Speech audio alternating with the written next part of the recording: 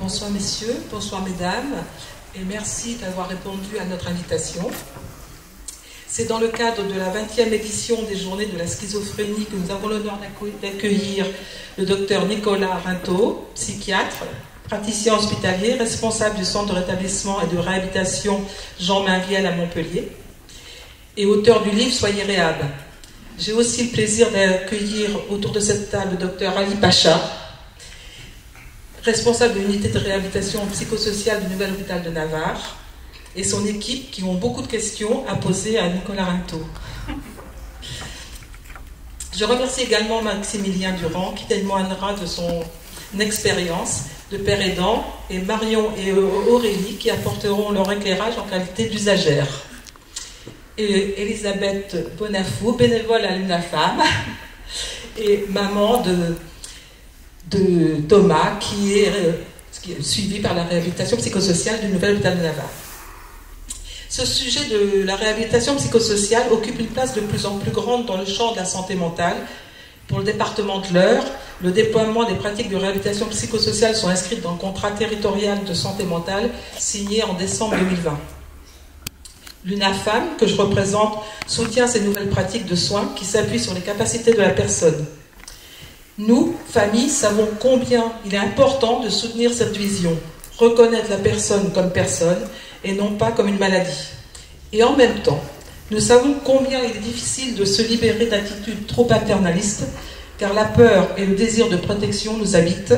Cette accommodation que vous décrivez, docteur, si justement, c'est une dualité que nous devons apprivoiser pour permettre à nos proches d'être acteurs de leur propre vie. Vous allez donc ce soir nous partager tous les outils de réhabilitation psychosociale qui sont essentiels pour ouvrir les portes qui conduisent sur le chemin du rétablissement et apprivoiser la dualité des aidants. Je vais donc passer le micro à Thomas, notre modérateur, qui est aussi infirmier à la réhabilitation psychosociale de Nîmes. Merci. Du coup, j'ai un micro. Bienvenue du coup pour cette table ronde. Comme Antoinette l'a dit, elle s'inscrit dans le cadre des Journées de la schizophrénie qui sont du 18 au 25 mars. Donc on est un petit peu en retard, mais c'est mieux vaut tard que jamais. Donc cette table ronde est organisée conjointement avec le Nouvel Hôpital de Navarre et l'UNAFAM. Et donc on a aussi l'honneur d'avoir Nicolas Rintaud qui a écrit ce petit bouquin.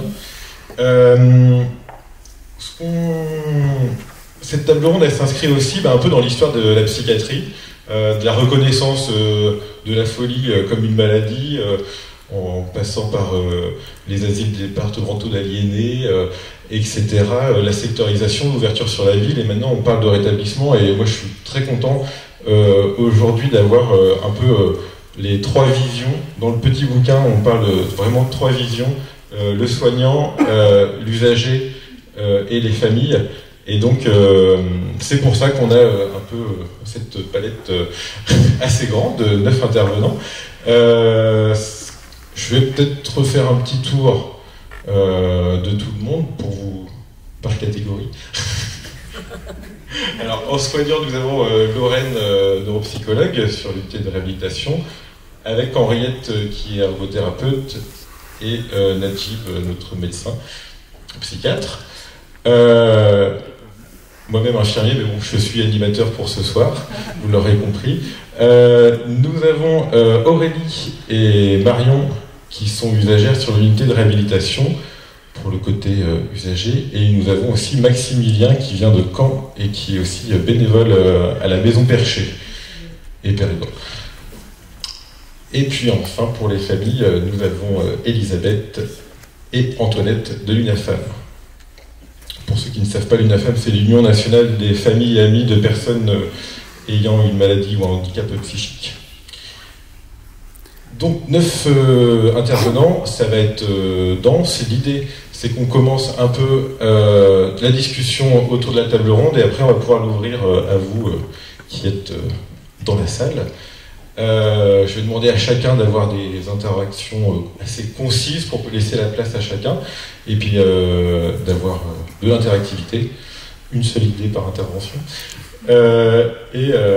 Voilà, on a 1h30 devant nous. Et après, il y aura quelques livres Soyez Réhab en vente, mis à disposition par la librairie Gilbert Joseph.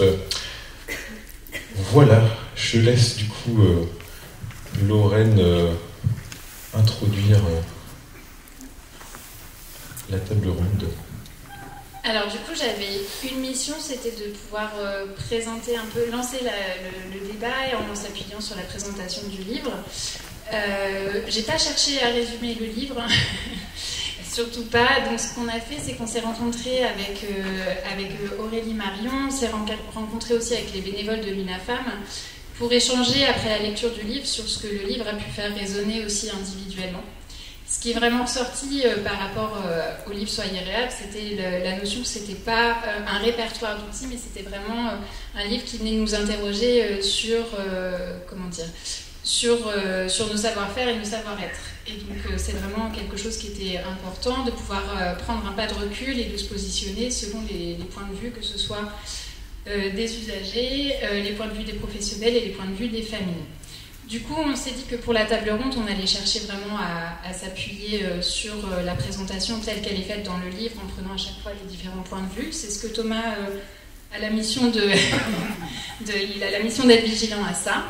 Et il a aussi la mission d'être vigilant à ce que les différentes thématiques du livre soient évoquées au cours des questions, que ce soit le rétablissement, l'identité de la personne, les préjugés autour de la réhab, les freins éventuels, les risques de l'accommodation, etc. On a choisi une question commune sur nos temps d'échange et du coup on va commencer avec cette question. La question c'était par rapport à vos parcours, à vos expériences. Est-ce que vous avez perçu des évolutions au niveau de la psychiatrie et quel était votre ressenti par rapport à ça? Est-ce que vous vouliez commencer, Aurélie? Oui, je veux bien. Donc je passe le micro à Aurélie. Alors je me présente, je m'appelle Aurélie. Comme vous avez entendu, je suis usagère à la réhabilitation. En quoi la réhabilitation m'a aidée? Tout d'abord, en fait, j'ai rencontré Madame Gagnard, une neuropsychologue, qui a fait un bilan sur mon intellect et sur ma psychologie. Donc ça m'a aidée pour faire un programme qui s'appelle NIR pour la mémoire. J'ai vu tout de suite des effets positifs parce qu'au bout d'un an, parfois j'oubliais mes mots et des fois c'était pas évident. Et grâce à NIR, en fait, c'est un programme interactif sur ordinateur et ça nous permet de nous concentrer sur la mémoire et toute autre chose. Et franchement, ça m'a aidé, ça m'a poussé à avoir confiance. Le deuxième outil, c'était le groupe. Pour l'angoisse et le stress, en fait, on avait Dorothée et Patricia Rousselot qui nous aidaient, deux infirmières, pour intervenir sur le stress, donc faire des exercices de relaxation, faire des exercices de respiration. Et je vous avoue que là-dessus, ça m'a beaucoup aidé pour diminuer les crises et comment dire, me sentir plus apaisée. Et donc c'est par là que là aussi j'ai repris confiance en moi. Puis il y a eu j'ai oublié le troisième groupe. Ah oui, c'était pour les cognitions. Et là, pareil, on a fait tout un travail autour de comment on dialoguait avec les gens dans les différentes situations, ce qu'on pouvait mettre en place, etc. Et ça, j'ai beaucoup travaillé là-dessus. Et c'est vrai que maintenant, comme j'ai mis en application plusieurs fois, ça devient un automatisme. Et du moment que ça devient un automatisme, on se sent plus confiant. Et la troisième chose, bien après, j'ai fait Maladie et moi, où j'ai rencontré Marion, qui est devenue une amie. Et là, Maladie et moi, j'en parle avec émotion parce que c'est un groupe où on parle de nous. Oui, effectivement, j'ai un spectre de la schizophrénie. Et oui, le fait d'en parler avec les autres, ça m'a ouverte sur les choses où, enfin sur le fait que j'étais pas toute seule, le fait que je pouvais communiquer avec des gens, que je pouvais partager, et que en partageant, on faisait la déstigmatisation des choses. Et ça m'a complètement changé la vie. Et oui, il y a tout un travail à faire sur soi, il y a des termes qu'il faut apprendre qui sont parfois pénibles pour le patient. Mais au final, je regrette pas du tout parce que ça m'a emmené là où j'en suis aujourd'hui. Et pour vous dire, maintenant, je suis en service civique avec des personnes âgées et j'adore ce que je fais. J'habite dans un studio et tout. Et pour vous dire, en fait, peut-être que ça a pris 10 ans, mais les 2 ans au cours desquels j'ai passé mon temps à la réhab m'a beaucoup aidé. Voilà. Merci Aurélie. Pour la première intervention. Merci. Du coup, famille, soignant. Donc Henriette.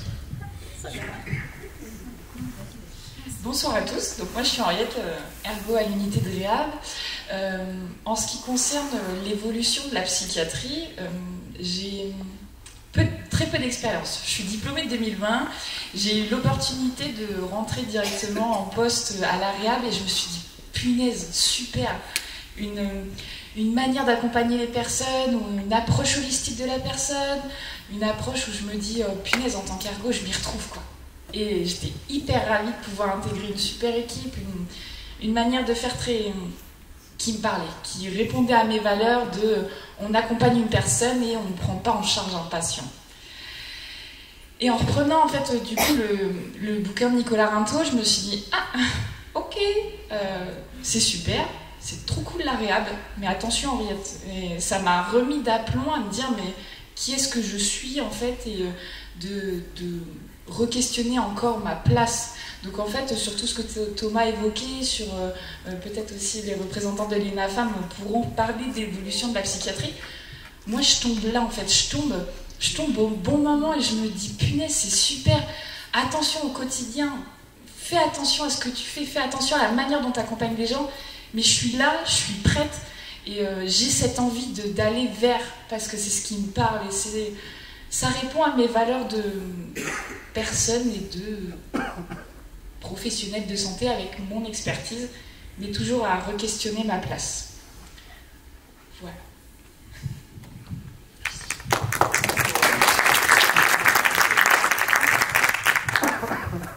Les jeunes fonctionnent sans papier, moi il me faut mon papier. Oui, je disais que les jeunes fonctionnaient sans papier, moi il me faut un papier. Alors avant d'évoquer les avancées en psychiatrie, j'aimerais partager avec vous quelques éléments du baromètre UNAFAM. Cette enquête annuelle est réalisée auprès de tous les adhérents par le siège national de notre association. Alors voilà quelques chiffres. 60% des répondants estiment que la maladie de leurs proches est encore représentée de manière stigmatisante et anxiogène par les médias. 84% déclarent rencontrer des difficultés lors des prises en charge dans le cas d'une urgence. 89% déclarent que le diagnostic a fait suite à une ou plusieurs crises. 62% des personnes vivant avec des troubles psychiques ont dû interrompre leurs études, faute d'accompagnement. 63% des répondants déclarent être contraints de signer des demandes d'hospitalisation sous contrainte, et les enfants leur reprochent. 92% des répondants déclarent s'être sentis seuls face à la maladie de leurs proches. 32% vivent avec leurs proches malades et 63% ne bénéficient pas d'un projet personnalisé de soins de réhabilitation psychosociale. Nous avons pourtant des raisons d'espérer. Sous l'impulsion des médecins et de leurs équipes, la notion de rétablissement prend de l'ampleur. Stabiliser les troubles est une étape importante pour la personne malade, mais se rétablir lui offre de toute autre perspective, l'espoir d'avoir une vie qu'elle juge satisfaisante. Elle n'est plus impatiente, elle est une personne à qui on reconnaît le droit de décider de son projet de vie, de donner son avis sur le parcours de soins, le pouvoir d'agir, C'est ça la base de l'empowerment et donc du rétablissement. Et puisqu'en psychiatrie rien n'est simple, les équipes cherchent, innovent, s'appuient sur des outils concrets comme le plan de suivi individualisé, le plan de crise conjoint, les directives anticipées incitatives en psychiatrie pour co-construire la prise en charge et garder le pouvoir d'agir même lorsque le discernement est altéré par une crise. En même temps, dans les établissements, les thérapies non médicamenteuses se développent, se diversifient. Les ateliers d'éducation thérapeutique du patient, la réhabilitation psychosociale, qui est un des objectifs des projets territoriaux de santé mentale, redonne confiance en soi en s'appuyant sur les capacités des personnes et permet de donner vie au projet et de viser le rétablissement. Et ce qui est proposé à Montpellier est édifiant. Et les pères aidants, irremplaçables pour accompagner les usagers tout au long de leur parcours, en passant par les soins, la conception du projet de vie et jusqu'à leur rétablissement. Une avancée significative aussi en ce qui concerne le respect des droits pendant les hospitalisations. L'isolement et la contention sont des pratiques de dernier recours et leur durée est strictement encadrée et contrôlée par le juge des libertés et de la détention. Et aussi une expérience qui nous a été récemment relayée par l'UNAFAM, c'est une information concernant une alternative à l'hospitalisation en situation de crise. Une pratique innovante développée en Finlande et porteuse d'espoir qui est proposée à Marseille, dans le secteur sud, par l'unité locale d'intervention, de crise et d'évaluation. Cette équipe mobile se rend au domicile de la personne. Si nécessaire, une admission à l'hôpital est programmée.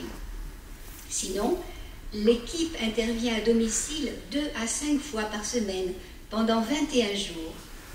Un plan d'action coordonné pendant la crise est établi et avec un père aidant, d'autres aspects du rétablissement sont abordés.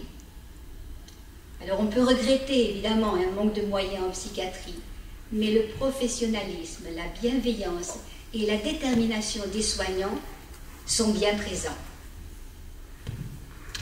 Merci.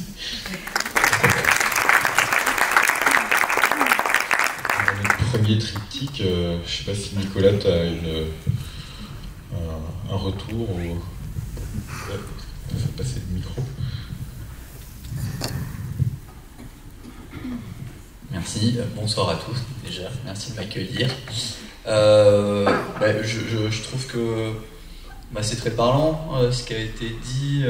C'est vrai que moi personnellement la réhabilitation, la manière de faire de la psychiatrie comme ça me permet de rentrer en phase chez moi le soir, en tout cas, d'être à peu près en phase avec ce que j'ai fait dans la journée.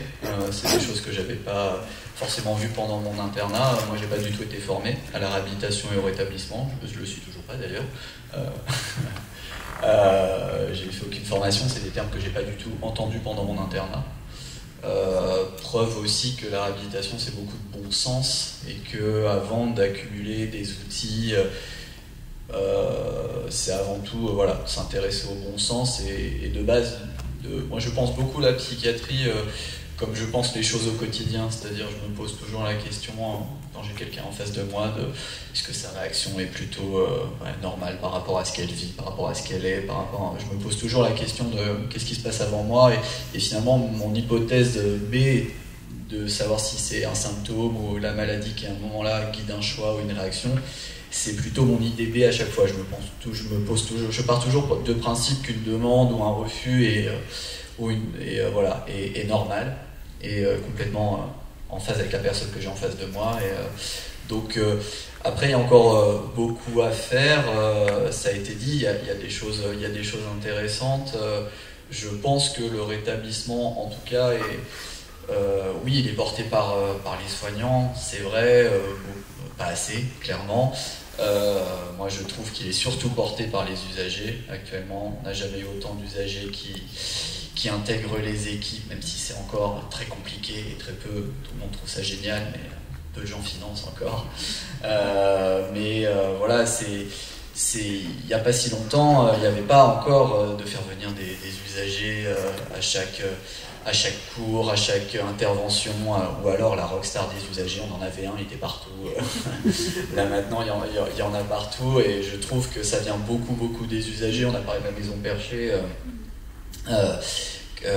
Comme je disais au créateur de la Maison Perchée, c'est super, hein, la Maison Perchée qui s'est créée ce lieu à Paris, mais moi je voulais le voir aussi de l'autre côté. Je me dis, c'est pas non plus une idée incroyable, la Maison Perchée, de créer un lieu facile d'accès pour les gens. C'est plutôt logique. La réalité, c'est que par contre personne n'avait su le faire, et surtout pas les soignants, et ça doit nous questionner, clairement, parce que si on n'arrive pas à avoir des idées simples, il faut se questionner.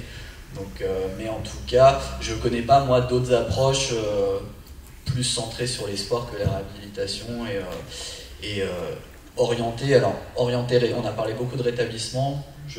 Moi, quand je parle de rétablissement, c'est rétablissement évidemment personnel et pas médical. Voilà, juste...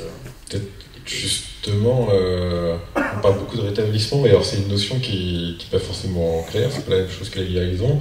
C'est une notion qui est pour moi qui est importante à ce qu'on puisse tous avoir un peu la même idée derrière. Qu'est-ce que c'est que le rétablissement? Et du coup, peut-être que Maximilien, tu peux peut-être nous parler un peu de ce que c'est pour toi le rétablissement. Alors bonsoir, je m'appelle Maximilien Durand, je suis père aidant à la Maison Perchée et père aidant professionnel aussi. Le rétablissement, pour moi, c'est quelque chose qui est, comme disait Nicolas, c'est quelque chose qui est personnel. C'est pas quelque chose de linéaire, hein. On va voir des moments, ok, on va aller un peu mieux, des fois on peut se casser la gueule, après on va essayer de remonter petit à petit, et il n'y a pas de stade ultime où on est rétabli. Enfin, il y a toujours moyen d'aller mieux, en fin de compte, de trouver d'autres moyens d'aller mieux. Comment dire, voilà, c'est de retrouver, en fin de compte, une vie qui est satisfaisante pour nous, en fin de compte, en tant que personne concernée. Et du coup, voilà, on va pas avoir les mêmes stratégies.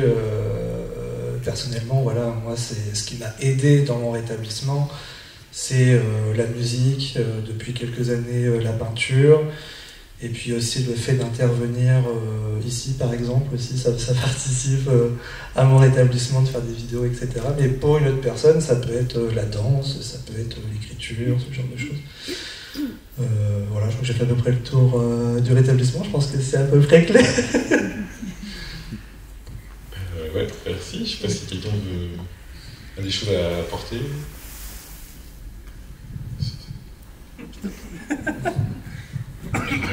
Comme disaient les personnes précédentes, effectivement, le rétablissement, ça va au-delà du rétablissement médical, en fait. Le rétablissement personnel est quelque chose de pas évident à réussir quand on a des gamelles derrière nous, tout ça. Et c'est vraiment l'acceptation de soi après ce genre de soucis de santé. C'est quelque chose de vraiment compliqué à retrouver, et on a plus de mal à s'identifier, on a l'impression d'être une étiquette, en fait, des fois, et qu'on est une maladie, on n'est plus un être humain, on se perd nous-mêmes, et c'est vrai que c'est quelque chose de pas évident, en fait, de trouver soi-même qui on est, comment on est rétabli, tout ça, c'est pas évident. Ouais, ça pose la question de l'identité. Du coup, je rajouterais aussi, parce qu'on parle de rétablissement, mais le but, c'est pas de revenir à ce qu'on était avant, parce que c'est pas possible. Dans le sens, moi, je vais pas retourner au mois d'avant qui était encore mineur à l'époque. J'ai évolué, en fin de compte, avec toutes ces années, et j'évolue encore aujourd'hui. Voilà, on évolue tous au jour le jour, en fin de compte. On apprend à vivre avec la pathologie. Et voilà, donc on ne parle pas forcément de guérison. Alors après, il y a quelques personnes qui se disent guéries, donc il ne faut pas non plus fermer cette porte-là, je pense. Après, peut-être que c'est quelque chose qui est relativement rare, peut-être. Donc voilà, en tout cas, c'est pas comme un rhume. Il y a le avant, pendant et après. On va retourner au soi d'avant, on est guéri. Là, c'est plus compliqué de redevenir le soi d'avant. En tout cas, c'est pas possible pour moi. Aurélie, et peut-être après Nicolas, parce qu'il faudrait équilibrer un peu le triptyque. Mais bon, c'est bien de reprendre le pouvoir en tant qu'usager. Oui, excusez-moi. Honnêtement, le rétablissement peut être là et guéri, je sais pas, mais en tout cas, ouais, c'est un long chemin et parsemé d'embûches et on peut y arriver. Le soi d'avant, on l'oublie, mais on devient soi chaque jour au moment présent. Voilà. Oui, je voulais juste peut-être compléter dans l'idée qu'il n'y a pas de hiérarchisation. En fait, on a encore tendance à beaucoup penser que pour avoir rétablissement personnel, il faut rétablissement médical. C'est pas vrai. On peut enclencher un processus de rétablissement personnel sans avoir forcément conscience de la maladie, sans vouloir prendre son traitement. Ne pas avoir conscience de la maladie ne veut pas dire qu'on fait aucune demande, mais les demandes, évidemment, à ce moment-là, elles ne sont pas orientées forcément sur le soin. Mais elles sont plutôt orientées sur des projets de vie, sur la reprise, soit de commencer avant, soit de nouveaux projets. Mais en tout cas, je pense que l'enjeu sur ces termes-là, d'après moi, c'est de ne pas penser qu'il faille hiérarchiser, que le rétablissement médical passe avant le rétablissement personnel. Je pense que les deux doivent être vraiment corrélés et que voilà, et on le voit même beaucoup. Il y a une littérature scientifique assez riche sur le sujet, comme quoi ces deux rétablissements ne sont pas forcément corrélés. En tout cas, il ne faut pas attendre que les gens à qui on a affaire en face de nous aillent mieux selon nos critères pour leur proposer de les accompagner dans leur projet de vie. Il faut les accompagner quand ils demandent, parce que de toute façon ils le feront sans nous. Mais voilà, je pense que de ne pas hiérarchiser, de penser tout de suite grand et très large en termes d'offres, c'est important. C'est aussi important de redemander à quelqu'un qu'est-ce qu'il veut faire de sa vie au niveau d'autonomie, au niveau professionnel, que de lui proposer de l'éducation thérapeutique. Puis en fonction d'où il en est, il y a plus de chances qu'il vous réponde sur le boulot que sur l'éducation thérapeutique d'ailleurs. Donc c'est important d'avoir le panel d'outils dès le début et pas réservé à des gens qu'on sentirait prêts. Je pense que c'est vraiment important. Du coup, peut-être, question de comment on accompagne le rétablissement en tant que soignant, en tant que famille, en tant que médecin. Bonjour tout le monde. Avant de répondre à cette question, j'aimerais juste témoigner de ma présence, entre guillemets, à la réhabilitation psychosociale. Donc, je suis le docteur Ali Pacha, j'ai intégré la réhab de l'hôpital de Naba début 2023. Et avant cela, j'étais confronté à un agacement et un défi. Alors, un agacement parce que les patients qui venaient me voir, qui se présentaient en tant que je suis schizophrène, je suis bipolaire, je suis autiste, moi ça m'embêtait un peu. Je veux dire par là, il faut recentrer les choses. Il y a la maladie, ok, mais vous êtes une personne avant tout. Il y a votre passé, il y a votre présent, il y aura votre futur. Et je parle de défi par rapport au fait que on a été, si vous voulez, un peu formaté en tant que médecin. Voilà, nous sommes les sachants, on va apporter notre savoir-faire et ainsi de suite. Il fallait que je me débarrasse un peu de ce sac à dos que j'avais sur moi. Et c'est par des rencontres de pères aidants, d'autres patients et ainsi de suite que je me suis dit qu'il y a d'autres façons de prendre en charge, il y a d'autres façons de voir les choses. J'ai été marqué par une patiente, enfin, une père aidante plutôt, il faut que j'apprenne à ne plus utiliser ce terme. Donc, par une père aidante, et j'ai vu le trajet qu'elle a fait pendant 10 ans. Et au jour d'aujourd'hui, ce qu'elle fait, c'est énorme. Et on a espoir de mettre ça au cinéma, par un film. C'est une personne qui est pleine de ressources. Elle est devenue donc père aidante professionnelle. Et je lui dédie le futur de la psychiatrie qui va venir. Parce que je pense que ça commence à s'inculquer dans l'esprit des infirmiers, des médecins, des psychiatres, et ainsi de suite, de se dire il faut donner le flambeau aux patients. Tout vient d'eux maintenant. C'est eux, c'est vous, les chefs. D'accord? On va essayer de vous suivre. Ok? Voilà. Question du pouvoir d'agir, question d'identité aussi. On parle d'identité, alors il y a l'identité des usagers, mais c'est l'identité des soignants aussi qu'il est question. Et puis, alors je ne sais pas s'il y en a qui veulent intervenir côté famille. Un petit mot sur l'identité des professionnels de santé.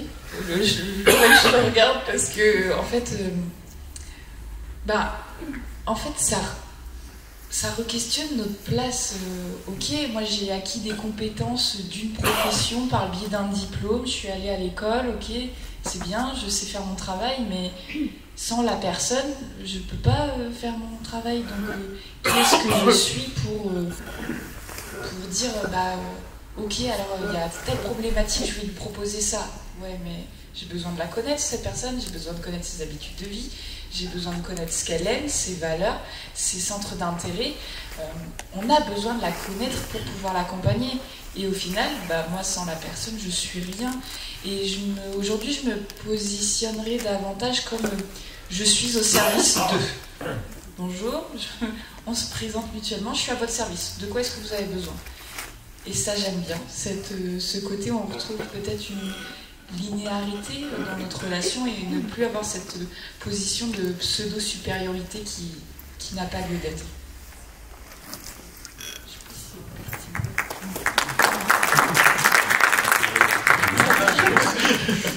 Je pense que c'est pertinent. Donc moi, je parle en tant qu'usager, donc pour définir l'identité. Alors déjà, l'identité pour une personne entre guillemets malade n'est pas évidente parce qu'en fait, avec la maladie, on perd un peu notion de qui on est vraiment, notamment avec des hallucinations ou des réinterprétations de sons, comme si on entendait des voix ou les murs qui craquent, on croit que c'est pas, etc. Et en fait, le fait d'avoir vécu ça, qui est un peu comme un rêve éveillé en fait, on se dit mais qu'est-ce que je suis, qui je suis, est-ce que c'était réel? Et du coup on perd cette notion d'identité en fait, on ne sait plus qui on est. Et en fait la réhabilitation m'a permise vraiment, sincèrement, de me retrouver et d'être à nouveau moi-même, de m'accepter tel que je suis avec mes qualités, mes défauts, et accepter aussi cette maladie qui est vraiment pas évidente à avoir et à assumer dans le quotidien vis-à-vis des regards des autres, etc. Merci. Il y a aussi,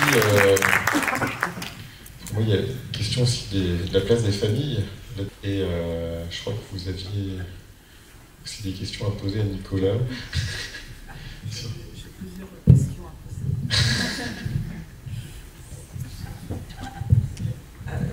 Oui, j'ai plusieurs questions à poser, et notamment, ce qui m'a vraiment plu dans votre livre aussi, c'est l'accès aux soins.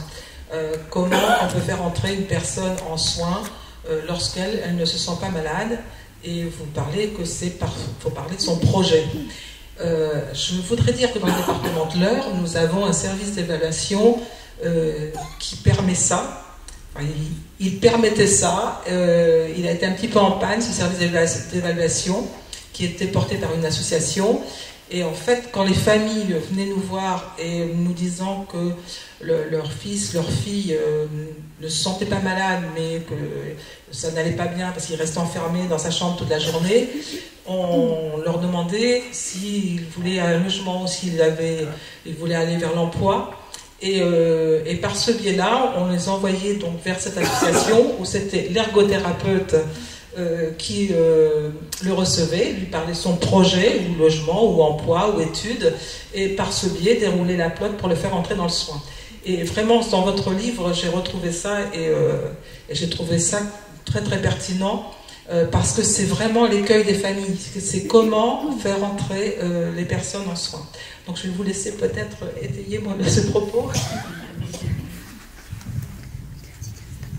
Merci.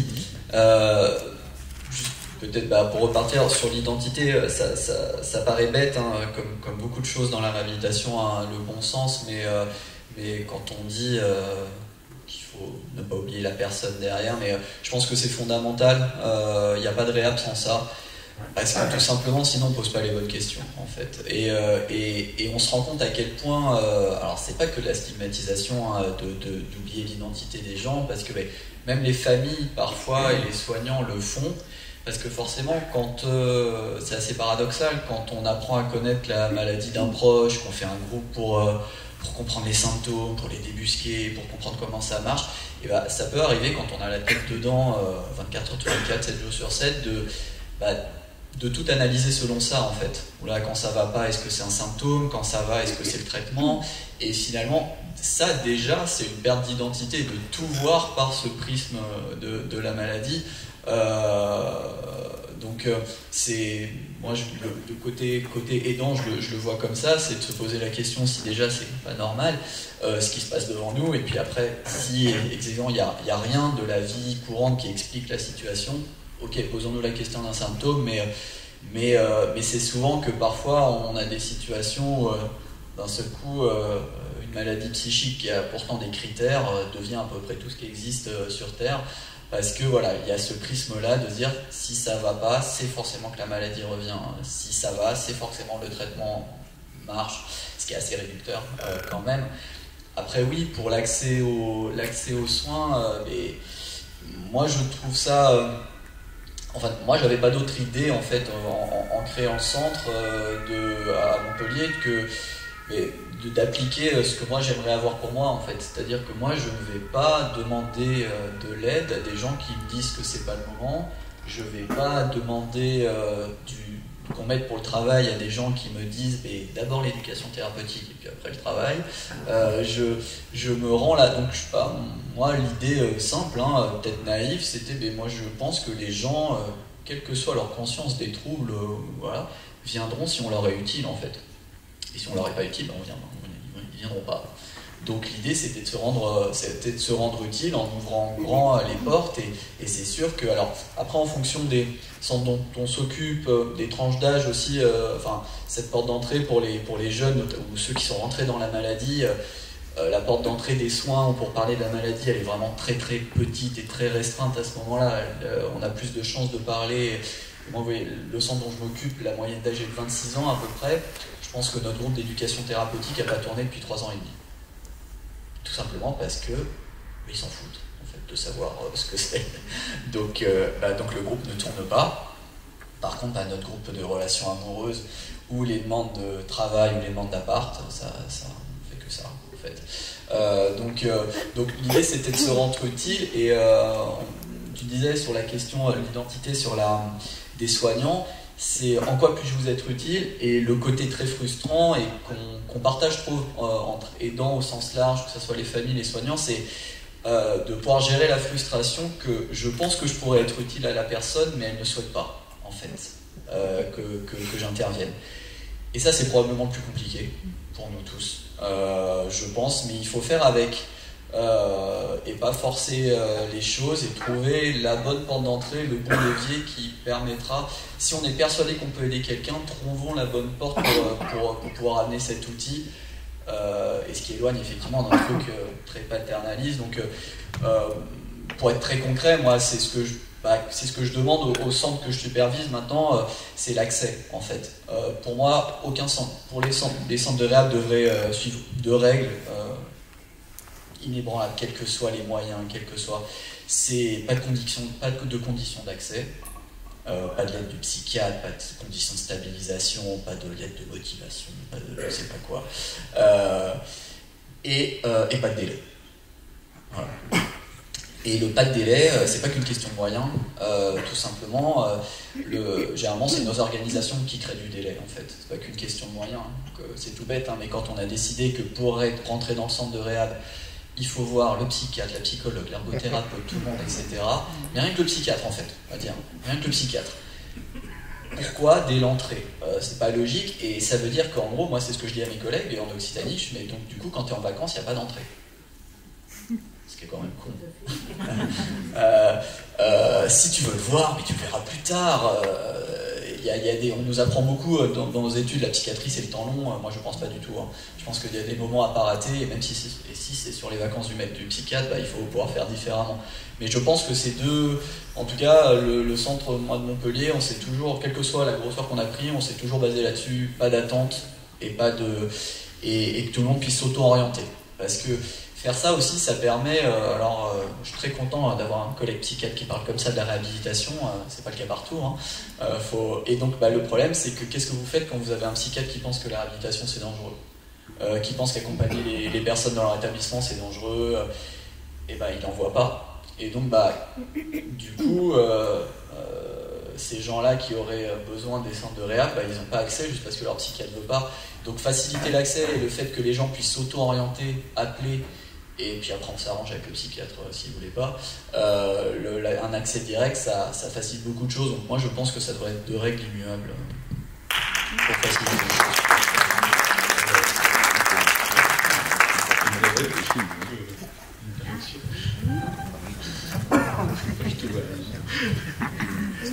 Alors, d'un point pratico-pratique, comment les personnes arrivent jusqu'à votre centre de réhabilitation à Montpellier? Comment ça se passe, hein, du point de vue pratique? Qui est-ce qui les envoie? Comment est-ce qu'elles ont connaissance de cette unité?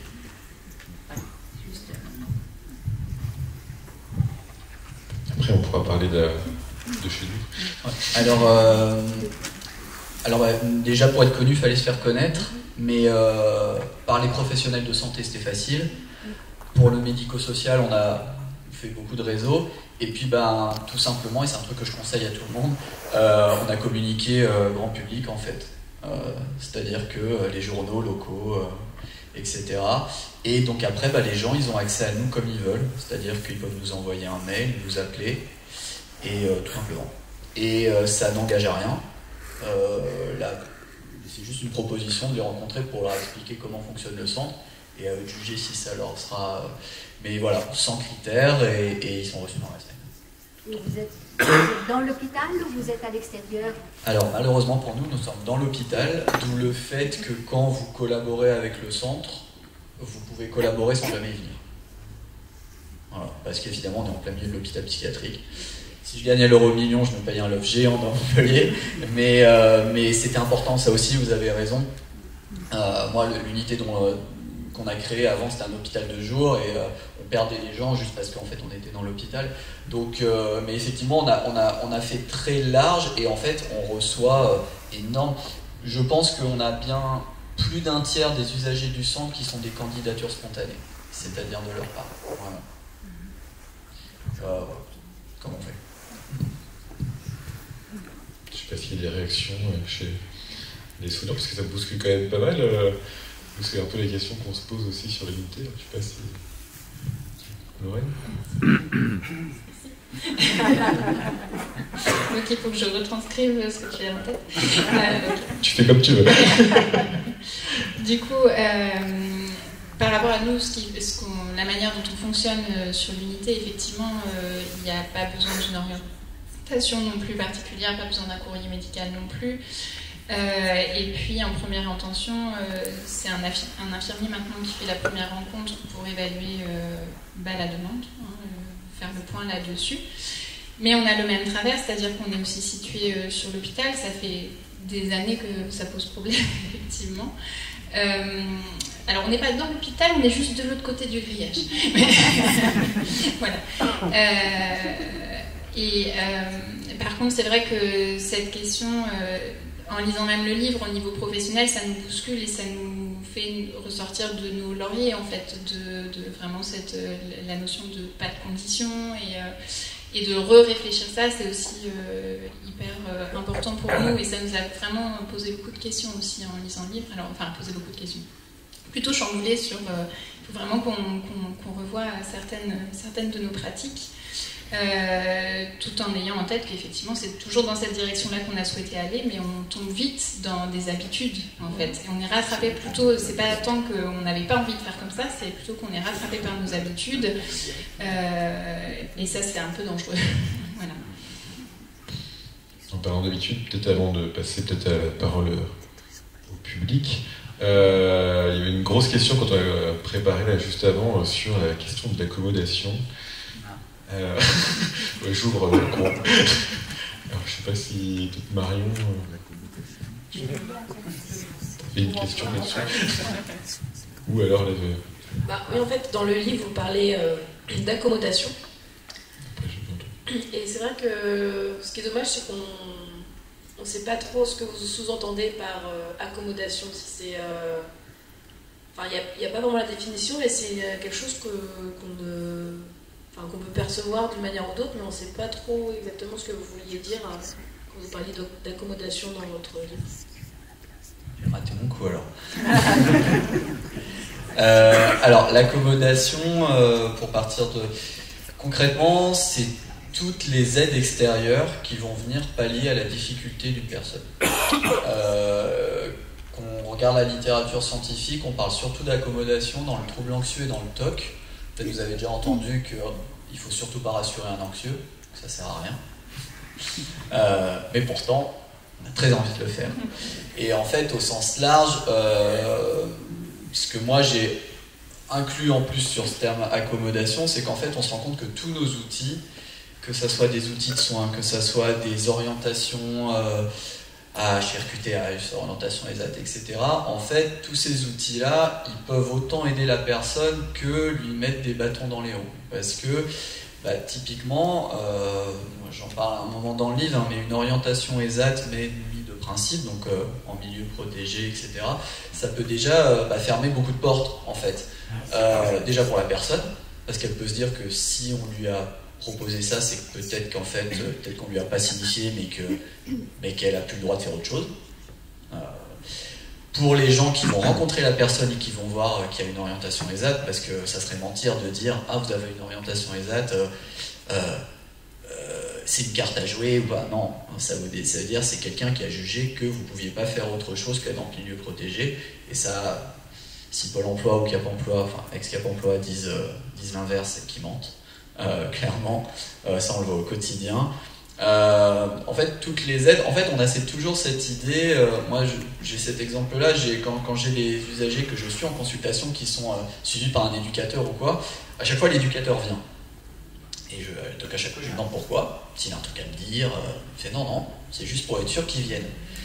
Et je leur réponds toujours pareil, mais vous savez, en fait, j'en apprendrai beaucoup plus si la personne ne vient pas. En fait, qu'elle vienne parce que vous l'amenez n'a aucun intérêt.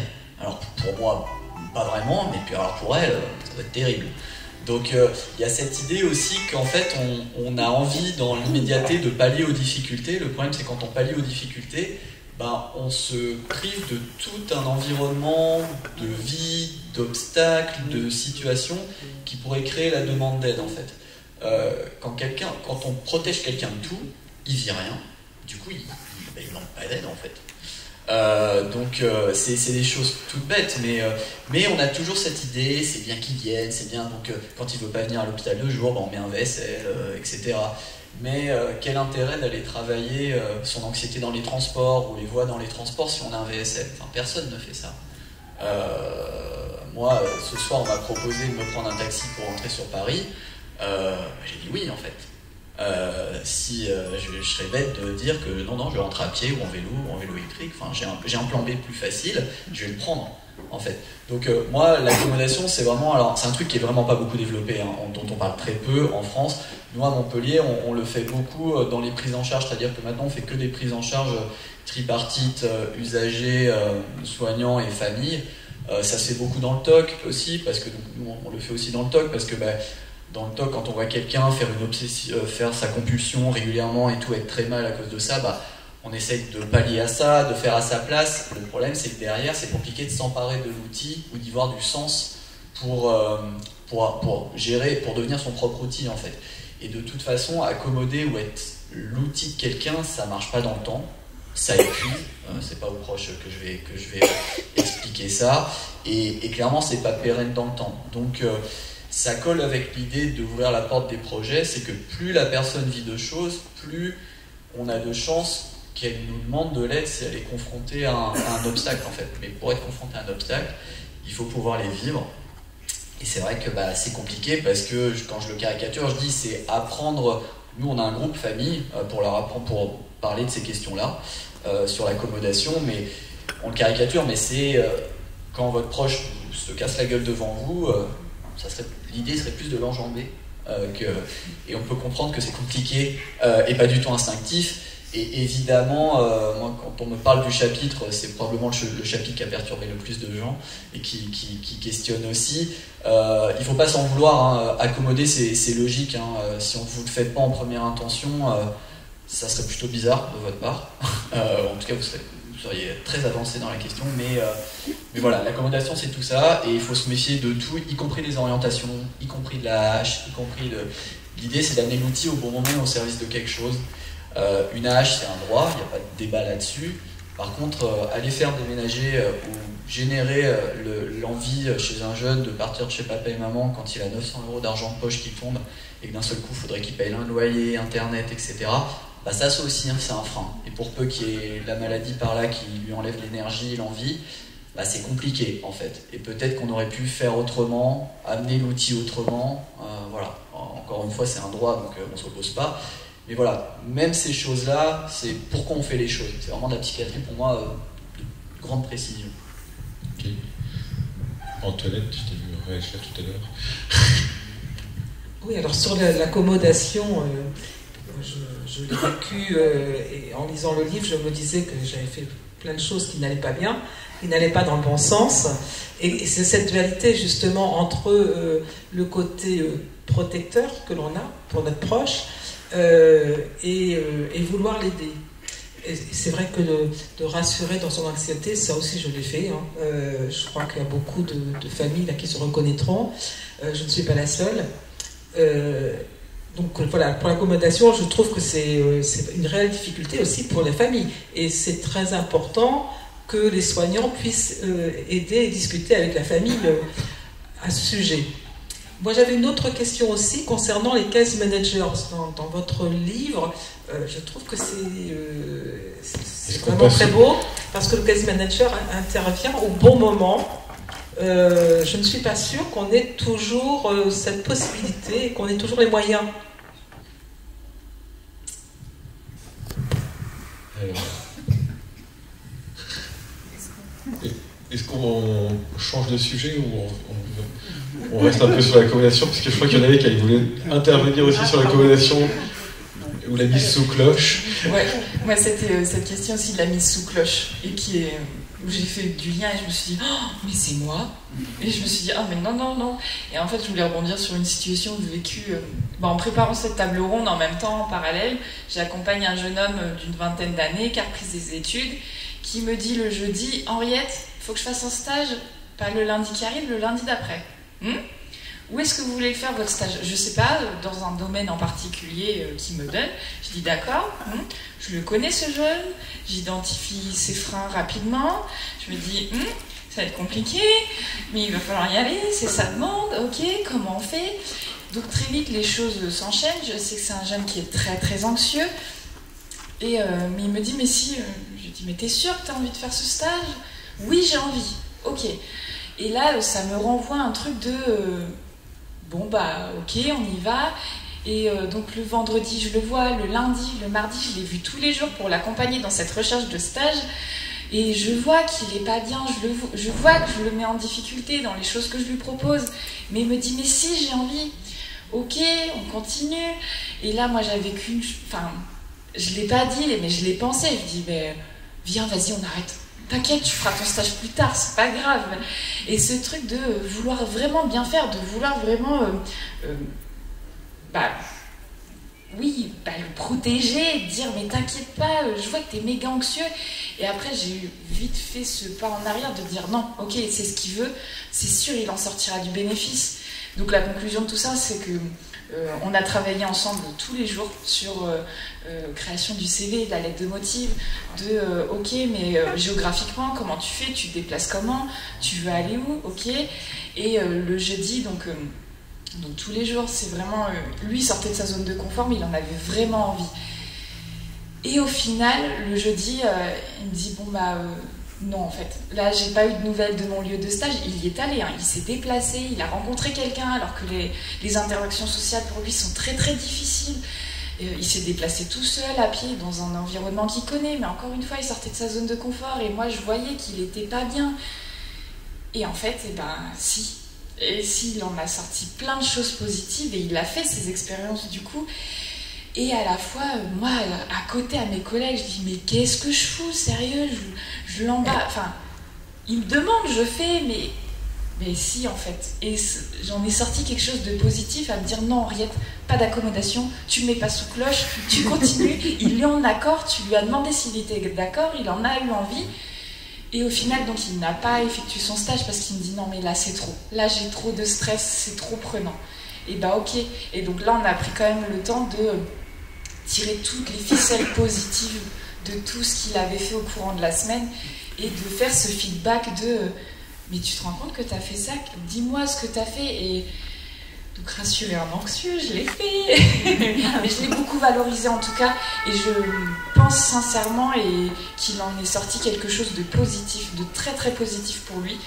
Et pour moi derrière, parce que mes collègues ont été là aussi pour me rassurer, et puis j'ai besoin encore de cette validation. Un petit côté anxieux aussi, mais voilà, de dire, mais si Henriette, t'as bien fait, t'as répondu à sa demande. Ah oui, ok, c'est bon. La conclusion, c'est que il a tiré du positif, je l'ai pas mis sous cloche, parce que je sais que ça aurait été, j'aurais pu le faire. Ok, toutes les cases sont au vert, nickel, on continue. Voilà.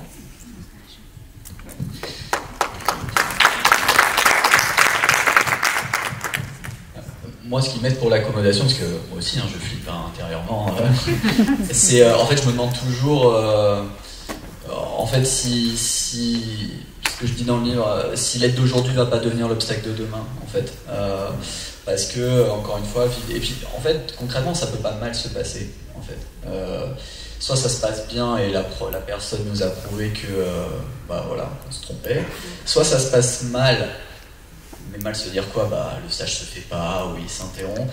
Et clairement, la personne, c'est quand même plus facile pour un usager de venir après un échec, de revenir vers une personne pour lui demander de l'aide, si cette même personne l'a soutenu en fait dans ses envies, dans ses idées, dans sa temporalité. C'est des choses tout bêtes, mais dans la vie, on se tourne tous vers les gens qui ont plutôt été aidants pour nous une première fois, ou en tout cas qui étaient dans ce sens-là. Et encore une fois, qui n'a pas dans sa vie dit à ses proches, tiens, je ferais bien ça, et les gens, t'es sûr, maintenant, comme ça? Non, parce que moi je connais, et en fait, on a besoin de tester, et donc je vois pas pourquoi ça serait différent.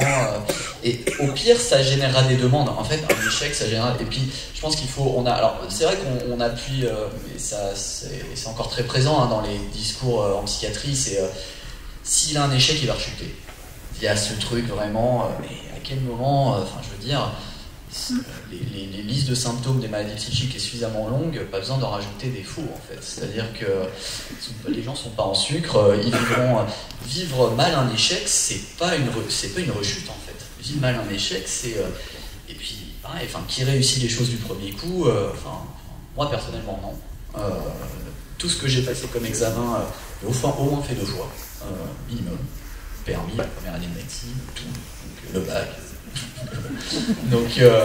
donc en fait concrètement on peut pas se tromper, mais c'est vrai que c'est une gymnastique à prendre et pouvoir se soutenir, évidemment soutenir les familles, parce que attention, on peut pas balancer aux familles, on va accompagner votre proche dans tous ses projets, c'est comme ça qu'il faut faire maintenant, c'est moderne. Non. Parce que faire de la réhabilitation, moi c'est ce que je dis souvent, c'est mettre quelqu'un dans un appartement seul pour la première fois au moment où il vous prévient qu'il arrête son suivi et son traitement. Allez expliquer ça à la famille, il faut expliquer le rationnel. Nous, il y a des usagers qu'on accompagne indirectement en fait, c'est-à-dire qu'ils ont une demande, qu'on accompagne, mais après on accompagne leur famille beaucoup plus sur l'accommodation, sur pourquoi on fait. Évidemment, il faut expliquer, parce qu'encore une fois, c'est hyper compliqué. Je pense que c'est le truc le plus dur qu'on demande aux familles, vraiment. Je le pense vraiment sincèrement. Et il y a des familles, nous qu'on travaille au corps pendant 2-3 ans pour qu'ils laissent faire. Mais c'est tellement normal. Qui ne ferait pas ça, qui ne voudrait pas protéger quand on a connu les soirs, les 3h du matin aux urgences, les tiers assignés, les rechutes, c'est complètement normal. Donc il faut faire attention avec ce phénomène d'accommodation, il faut l'expliquer, il faut l'accompagner et surtout pas juger, regardez, vous l'empêchez de vivre. Non, c'est beaucoup plus complexe que ça et c'est d'où le fait de prendre tous les points de vue. Et une famille qui a peur pour son proche et qui freine un peu les projets, c'est une famille normale. De tout ce qu'il y a de plus normal et qu'il faut accompagner et qui a son point de vue de famille et qui sera jamais le même que celui de l'usager et que du soignant et c'est complètement normal. Il y a des réactions. Oui. Merci. Oui, j'ai une réaction par rapport à ça. C'est que il n'y a pas longtemps, à Noël, comme je vous en ai parlé, j'ai eu le Covid et par souci de santé, parce que le Covid a impacté sur mon état de forme et aussi sur mes systèmes de cognition. Je pense que c'est ça. Et j'en ai parlé avec Patricia Rosselot et elle me disait que oui, effectivement, certains médicaments, quand on est vraiment frappé par le Covid, parce que moi c'était quelque chose de frappant, et j'ai fait une crise parce que j'avais oublié mes médicaments, mais j'en avais pas conscience. Et le problème, c'est que je me suis dit, mais j'ai fait une énorme crise et je m'en suis voulu. Mes parents ont essayé d'agir, mais maladroitement. Et je sais pas trop pourquoi, le soir du Nouvel An, j'ai réfléchi à beaucoup de choses. Ouais, parce que je voulais passer le Nouvel An toute seule pour faire le bilan un peu des dernières années. Et c'est vrai que ma mère m'avait dit, oui, ça fait 8 ans qu'on t'a pas vu comme ça, Aurélie, et tout.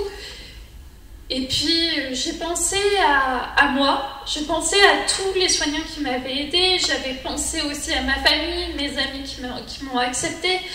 Et je me suis dit, mais là je suis à un point de chute où je dois prendre moi-même la décision. La décision, c'était casser le schéma familial, partir de chez moi et vivre ma vie. Donc ça, pour moi, ça a été vraiment prépondérant. C'était un truc qu'il fallait que je fasse. Et il fallait que je fasse le pas, en fait.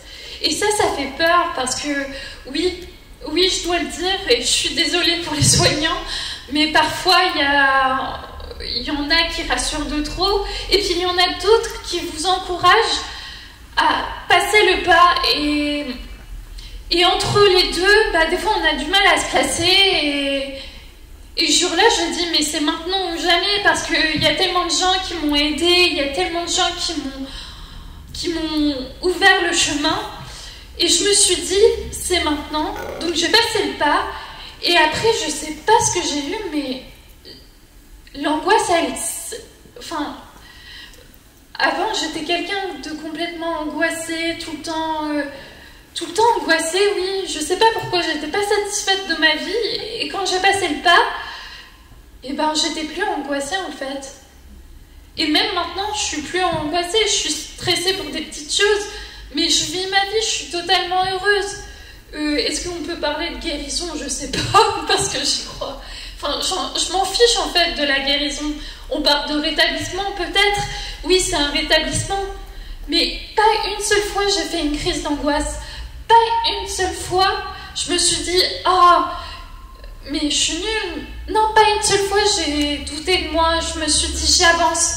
Quoi qu'il arrive, j'avance ». Parce que il n'y en a rien à faire de la stigmatisation. Il n'y en a rien à faire du reste.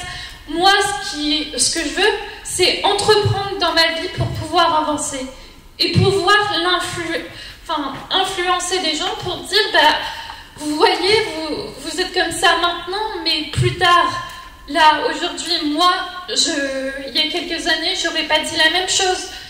Mais aujourd'hui, tout va bien. Et j'ai pas d'angoisse, j'ai rien.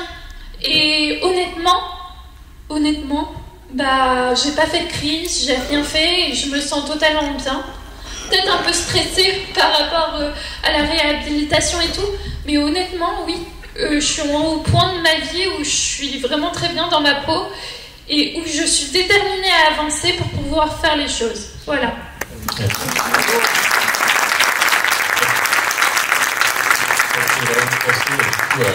À reprendre du pouvoir sur sa vie et le pouvoir d'agir, ça, et je me dis aussi l'envie de transmettre, etc. Donc je me dis que c'est le bon moment pour peut-être Maximilien que tu nous parles de la Maison Perchée, de ce qui se passe aussi dans cette association, et même s'il n'est pas sur Évreux, c'est intéressant d'en parler. Alors la Maison Perchée, c'est une association qui est non médicalisée et qui a été cofondée par 4 personnes du coup. Donc 3 personnes qui sont concernées directement par un trouble psychique et une personne qui n'est pas concernée directement. Et en fait, dans cette association-là, donc on est à peu près 60% des personnes qui sont bénévoles qui sont concernées par un trouble psychique et les 40% autres qui n'en ont pas. Et du coup, en fait, ça fait quelques années que j'y suis, depuis les débuts. Et en fait, avant, on proposait, par exemple, on avait une personne au téléphone, ça se passait par téléphone, en one-to-one, donc un père aidant bénévole et la personne qui demande à échanger. Donc peu importe le diagnostic, bon, moi personnellement je pouvais prendre quelqu'un qui souffre d'un trouble psychique qui est différent du mien. C'était pas, pour moi c'était pas quelque chose de difficile. Après, si la personne voulait vraiment quelqu'un qui a le même diagnostic, bon bah ok, on va laisser plutôt la place aux collègues quoi. Et en fait, il n'y a pas de suivi. En fait, ça se fait là au téléphone. Maintenant, on est passé en visio maintenant. Et du coup, voilà, ça dure à peu près 1 heure et il n'y a pas de suivi derrière. C'est vraiment une aide ponctuelle. Bon, après, très exceptionnellement, on peut faire 2 nids, c'est ce qu'on appelle des nids en one-to-one. Et ensuite, on a aussi ce qu'on appelle des perchoirs. Donc là, les perchoirs, ça va être des groupes qui sont co-animés donc, par 2 personnes souffrant. Moi, j'ai animé des groupes concernant la schizophrénie. Et donc, on avait 6 séances à l'époque, on est passé à 8 séances, d'1h30 d'ailleurs. Et en fait, à chaque séance, il y a des thèmes qui sont prédéfinis. Donc forcément, la première séance, on va apprendre un petit peu à se connaître, on va se présenter, pourquoi on est là, etc. Donc on est tous à des niveaux différents dans le rétablissement. Il y en a qui viennent juste d'être diagnostiqués, d'autres qui ont un peu plus d'expérience. Et le but, c'est de pouvoir vraiment échanger autour de notre bateau, d'en savoir plus, de pouvoir échanger, de pouvoir... aussi donner des conseils, voilà. Moi, je vis ça, ok. Quand tu vis ça, moi, je pourrais peut-être te dire de faire telle ou telle chose. Moi, ça m'a aidé, ça peut peut-être t'aider. En fait, ça permet en fin de compte, de sortir de l'isolement, parce que c'est vrai, quand on souffre d'un trouble psychique, on est vite très isolé. Voilà, on peut être très isolé par rapport à ses proches, sa famille. Nos proches ne comprennent pas, ou certains, là je parle pour mon cas, mais j'ai eu des personnes de ma famille qui me voient comme un monstre en fin de compte, donc c'est un peu dur à vivre. Hein. Je me souviens de ma demi-sœur qui voulait pas dormir chez mes parents parce qu'elle avait peur que je fasse du mal à ses enfants. Donc c'est vrai, quand on apprend ça, ça fait mal. Et voilà, pouvoir, la Maison Perchée, les groupes qu'on fait de parole, ça permet d'échanger sur pas mal de sujets, hein, au niveau du travail aussi, au niveau des relations amoureuses, parce que c'est vraiment quelque chose qui est important quand même. à quel moment je me dévoile, est-ce que je me dévoile au tout début, est-ce que je me dévoile plus tard, etc. C'est vraiment des questions qu'on pose souvent. Ensuite, la maison perchée, c'est quelque chose de national en fin de compte. On peut prendre rendez-vous, on envoie un petit email, on peut faire ça en visio. Il y a aussi un groupe Discord qui existe pour pouvoir échanger, parce que c'est vrai quand on fait les perchoirs, donc c'est une séance toutes les 2 semaines. Ça peut faire un peu long pour certains, donc c'est bien de pouvoir toujours être en lien avec d'autres personnes ou d'autres personnes souffrant de troubles psychiques et de pouvoir échanger. Ça, c'est vraiment top. Et puis depuis l'année dernière, du coup, la Maison Perchée a un lieu qui a ouvert à Paris. Et c'est vraiment dans une très très bonne ambiance. On se retrouve, on peut discuter de tout et n'importe quoi. Et il y a aussi des ateliers qui sont faits très régulièrement, donc soit dans les locaux à Paris, mais aussi en visio, des ateliers écriture, ce genre de choses, reconnexion à soi. Voilà. Super, merci. Je me disais que c'était le moment de passer la parole à la salle. Et il y a des mains qui se lèvent, donc let's go. Merci, bonjour. Pierre Delaune, je suis à l'UNAFAM, à l'antenne de Rouen. Concernant justement, c'est très intéressant tout ce que vous abordiez et j'ai entendu le mot-clé comme quoi le rétablissement pouvait effectivement être vu aussi d'un autre angle, autre que thérapeutique.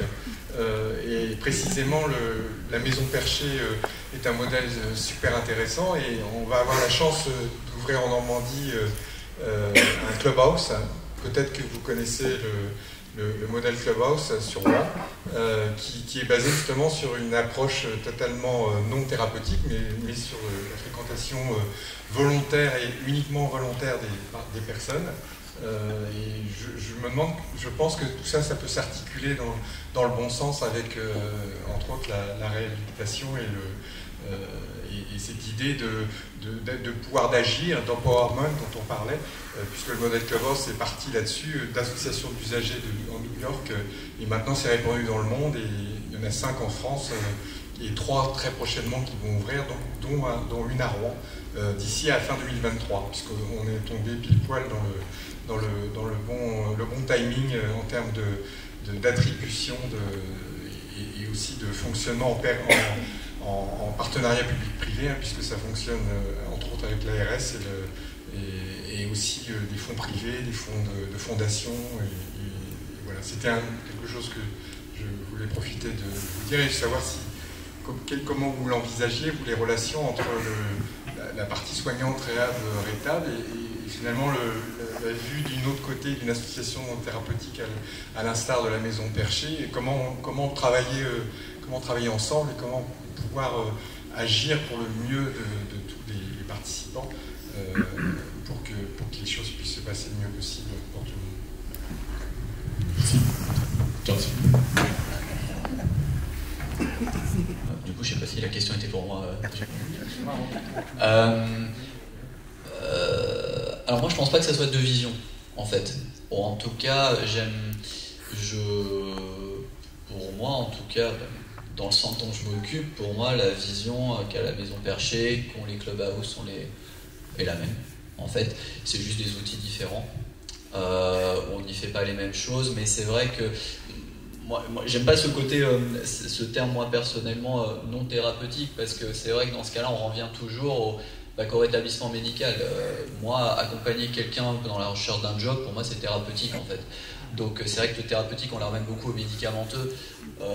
Moi, je pense que la philosophie de tous ces lieux est la même. Je pense qu'il faut varier les lieux et les accès parce qu'il y a autant de personnes que de projets, que d'approches, donc il faut faciliter. Mais c'est vrai que l'état d'esprit, entre guillemets, est le même, que d'être facilement accessible, de remettre la personne au centre et de l'accompagner dans ses projets, quel qu'il soit, et dans sa temporalité. Bravo pour le Clubhouse, parce que c'est un sacré cahier des charges aussi, c'est un sacré boulot, mais c'est exactement... voilà, c'est baser les outils sur le rétablissement personnel et orienter rétablissement personnel. Donc, nous, on n'a pas la chance d'en avoir un à Montpellier, mais Encore une fois, moi je vois tout ça comme une énorme... Je ne fais pas vraiment de différence entre l'associatif, le médico-social, le sanitaire. Moi je vois ça comme une énorme boîte à outils dont je ne présume jamais de l'efficacité ou pas. Je pense qu'il y a des gens qui se retrouveront très bien dans un clubhouse, d'autres pas, d'autres à la maison perchée, d'autres pas, dans un centre de réhab ou pas. D'où le fait d'avoir multiples outils pour essayer de trouver le maximum de points d'accès qui parlent au maximum de gens. Dans les lieux différents. Attendez, Dans les lieux différents de prise en charge. J'ai entendu, en fait, il y a des ouvertures de centres experts. Notamment, on l'entend souvent, un médecin psychiatre qui s'appelle Guillaume Fou, qui parle beaucoup dans les médias. Ouais. Et est-ce que c'est un outil supplémentaire? Comment ça se passe? Alors, est-ce que vous entendez parler de ça? Il y en a à Marseille, à Paris? Alors, les centres experts, c'est porté par la Fondation Fondamentale. Le docteur Font, il me semble que Guillaume ne travaille plus dans le centre expert à Marseille, il a d'autres activités, mais il est sur la Fondation Fondamentale, il fait beaucoup de recherches avec eux, donc effectivement il a sa petite notoriété, donc on l'entend très souvent. Les centres experts, c'est différent. Un centre expert, c'est pas là pour faire du soin. Un centre expert, c'est une évaluation diagnostique. Donc concrètement, par exemple, un centre expert schizophrénie, vous avez une matinée ou une après-midi, en tout cas une demi-journée dédiée avec un psychiatre à la reprise de tous les éléments, etc., cliniques, fait passer des échelles, etc. Une deuxième partie plutôt gérée par un neuropsycho ou une neuropsycho, sur un bilan de neuropsychologie, mais l'idée c'est de re-questionner ou de réinfirmer ou d'infirmer le diagnostic et de faire des propositions thérapeutiques, mais ces propositions thérapeutiques ne seront pas gérées par le centre expert. Donc il faut faire attention à ça et parfois c'est justement un peu frustrant parce que quand vous traversez, vous faites 300 km pour le centre expert, que vous ressortez avec une liste de ce qui serait cool à faire mais que vous rentrez chez vous et que les trucs cool à faire ils y sont pas, c'est toujours un peu frustrant. Mais le centre expert peut pas tout faire, mais le centre expert là c'est vraiment purement du diagnostic et de la proposition de soins, voire une info sur ce qu'il y a autour, mais finalement que l'UNAFAM ou d'autres assos, je pense que cartographier le territoire, il est à peu près... mais c'est vraiment purement du diagnostic et pas de la prise en charge. Je vais rebondir sur ce que vous venez de dire. Quand on rentre chez nous, ce qui va être mon cas, et que chez moi, il n'y a pas de centre de réhabilitation, qu'il y a juste le CMPP, des médicaments, une AH qui ont été plaqués, et que la réhabilitation, c'est les parents, avec les problèmes d'accommodation dont vous avez parlé. Quel espoir on peut avoir que des jeunes de 27 ans aujourd'hui aient accès à ce que vous proposez, qui pour moi est de la psychiatrie, je ne sais pas comment je pourrais résumer ça, de haute précision, comme on peut avoir de l'horlogerie de précision, je sais pas, par rapport à une montre en plastique qu'on va acheter à 10 francs, quoi. On n'est plus en francs, mais vous voyez ce que je veux dire. Il y a des psychiatres en plastique. Il y a aussi des psychiatres en plastique. Voilà. Parce que bien sûr, ça fait rêver. Est-ce que c'est sectorisé, votre centre? Non, évidemment que non. Et est-ce que quand on est en région parisienne, on peut prendre contact avec des centres comme le vôtre, ou est-ce qu'on doit venir à Rouen? Alors en région parisienne, il y en a. Alors, je vais essayer de répondre, et ça va me permettre de répondre à votre question sur les case managers tout à l'heure. Alors, je fais partie des gens, clairement, l'offre de soins de réhabilitation, elle est clairement pas suffisante. Et en plus, ce qui complique les choses, c'est qu'en plus, elle est très hétérogène au sein même des centres qui se font appeler centres de réhabilitation et qui ont été nommés par l'ARS. En gros, pour que vous ayez l'idée, depuis plusieurs années maintenant, depuis 2017, peut-être même avant, il y avait les ARS ont eu comme mission de nommer des centres supports par région, 1, 2, 3 en fonction de la taille de la région, qui avaient pour but de faire émerger des pratiques de rétablissement. Et aussi on nommait des centres de proximité qui sont là dans le cœur de l'accompagnement. Sur le site du centre ressources de Lyon, vous avez la carte de tous les centres. Après, ce qui est compliqué à l'heure actuelle, c'est que d'un centre à l'autre, les soins ne sont pas faits pareil, l'accès n'est pas le même, et les deux règles que je nommais tout à l'heure de la facilité d'accès, clairement, je ne connais pas beaucoup de centres en France qui prennent sans condition et en une semaine. le livre, très modestement, essayait d'amener des outils pour justement les proches ou les usagers qui n'ont pas accès à ces centres. Moi, je pense réellement que... Alors évidemment, on en a parlé, le changement il vient d'un peu de certains soignants, on essaye. Je pense que le changement viendra beaucoup des usagers et de leurs proches. Je pense que plus les demandes de rétablissement personnel des usagers accompagnés de leurs proches se feront fortes, plus la psychiatrie sera obligée de changer. Et je vais rebondir sur les moyens. Je fais partie des gens qui... J'adorerais avoir plus de moyens, pas personnellement, mais pour le boulot. Mais je considère à l'heure actuelle qu'avec les moyens constants de la psychiatrie, les moyens actuels de la psychiatrie, on pourrait faire beaucoup mieux. Je pense que à l'heure actuelle, on met beaucoup de moyens dans des choses qui ne servent plus à rien. Je vais vous donner un exemple très concret. Moi, le centre dont je m'occupe, c'était mon premier poste. Je l'ai pris en 2017. Donc c'était mon premier post-internat. C'était un hôpital de jour dit classique. Le classique, les gens venaient 3 fois par semaine faire des activités plus ou moins thérapeutiques, plus ou moins occupationnelles. Mais je vais vous donner un exemple. Donc, et ça rebondit sur les case managers en fait. Un case manager, alors point important, ça peut être n'importe qui, hein. Un ergothérapeute, un psycho, un infirmier. Nous, c'est des infirmiers parce qu'on n'a que ça à Montpellier, donc voilà, et ils sont très bien.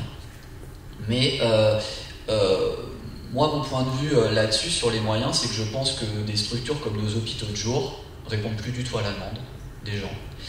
Et des hôpitaux de jour, il y en a. Et il y a beaucoup de moyens dans ces hôpitaux de jour, mais je vais vous donner un exemple concret. La sortie rando du vendredi après-midi, gérée par 2 infirmiers, où il y a 6 usagers, et qui dure depuis 20 ans, ça fait sortir en rando 6 usagers le vendredi. 2 infirmiers, c'est 15 usagers en case management. Donc en fait, moi, le centre dont je m'occupe, c'est un hôpital de jour, c'est pas une création, hein, et des créations, il n'y en aura pas, c'est des transformations, et des transformations en moyens constants. Par contre, c'est des vrais choix. Moi, quand j'ai récupéré cet hôpital de jour, dès le premier jour, j'ai dit qu'on arrêtait tous les soins. Voilà, qu'on arrêtait tout. Parce que donc ça servait à rien. Et en plus, il faut faire des choix, en fait. Et je pense qu'on est à un moment où, effectivement, on a un modèle qui ne répond plus aux demandes. Donc évidemment, hein, on ne va pas revenir. Bien sûr que la psychiatrie, un des parents pauvres niveau moyen, mais il n'y a pas que ça. Et moi, je trouve que l'excuse du manque de moyens, elle revient un peu trop souvent du côté des soignants. Par contre, il y a des choix.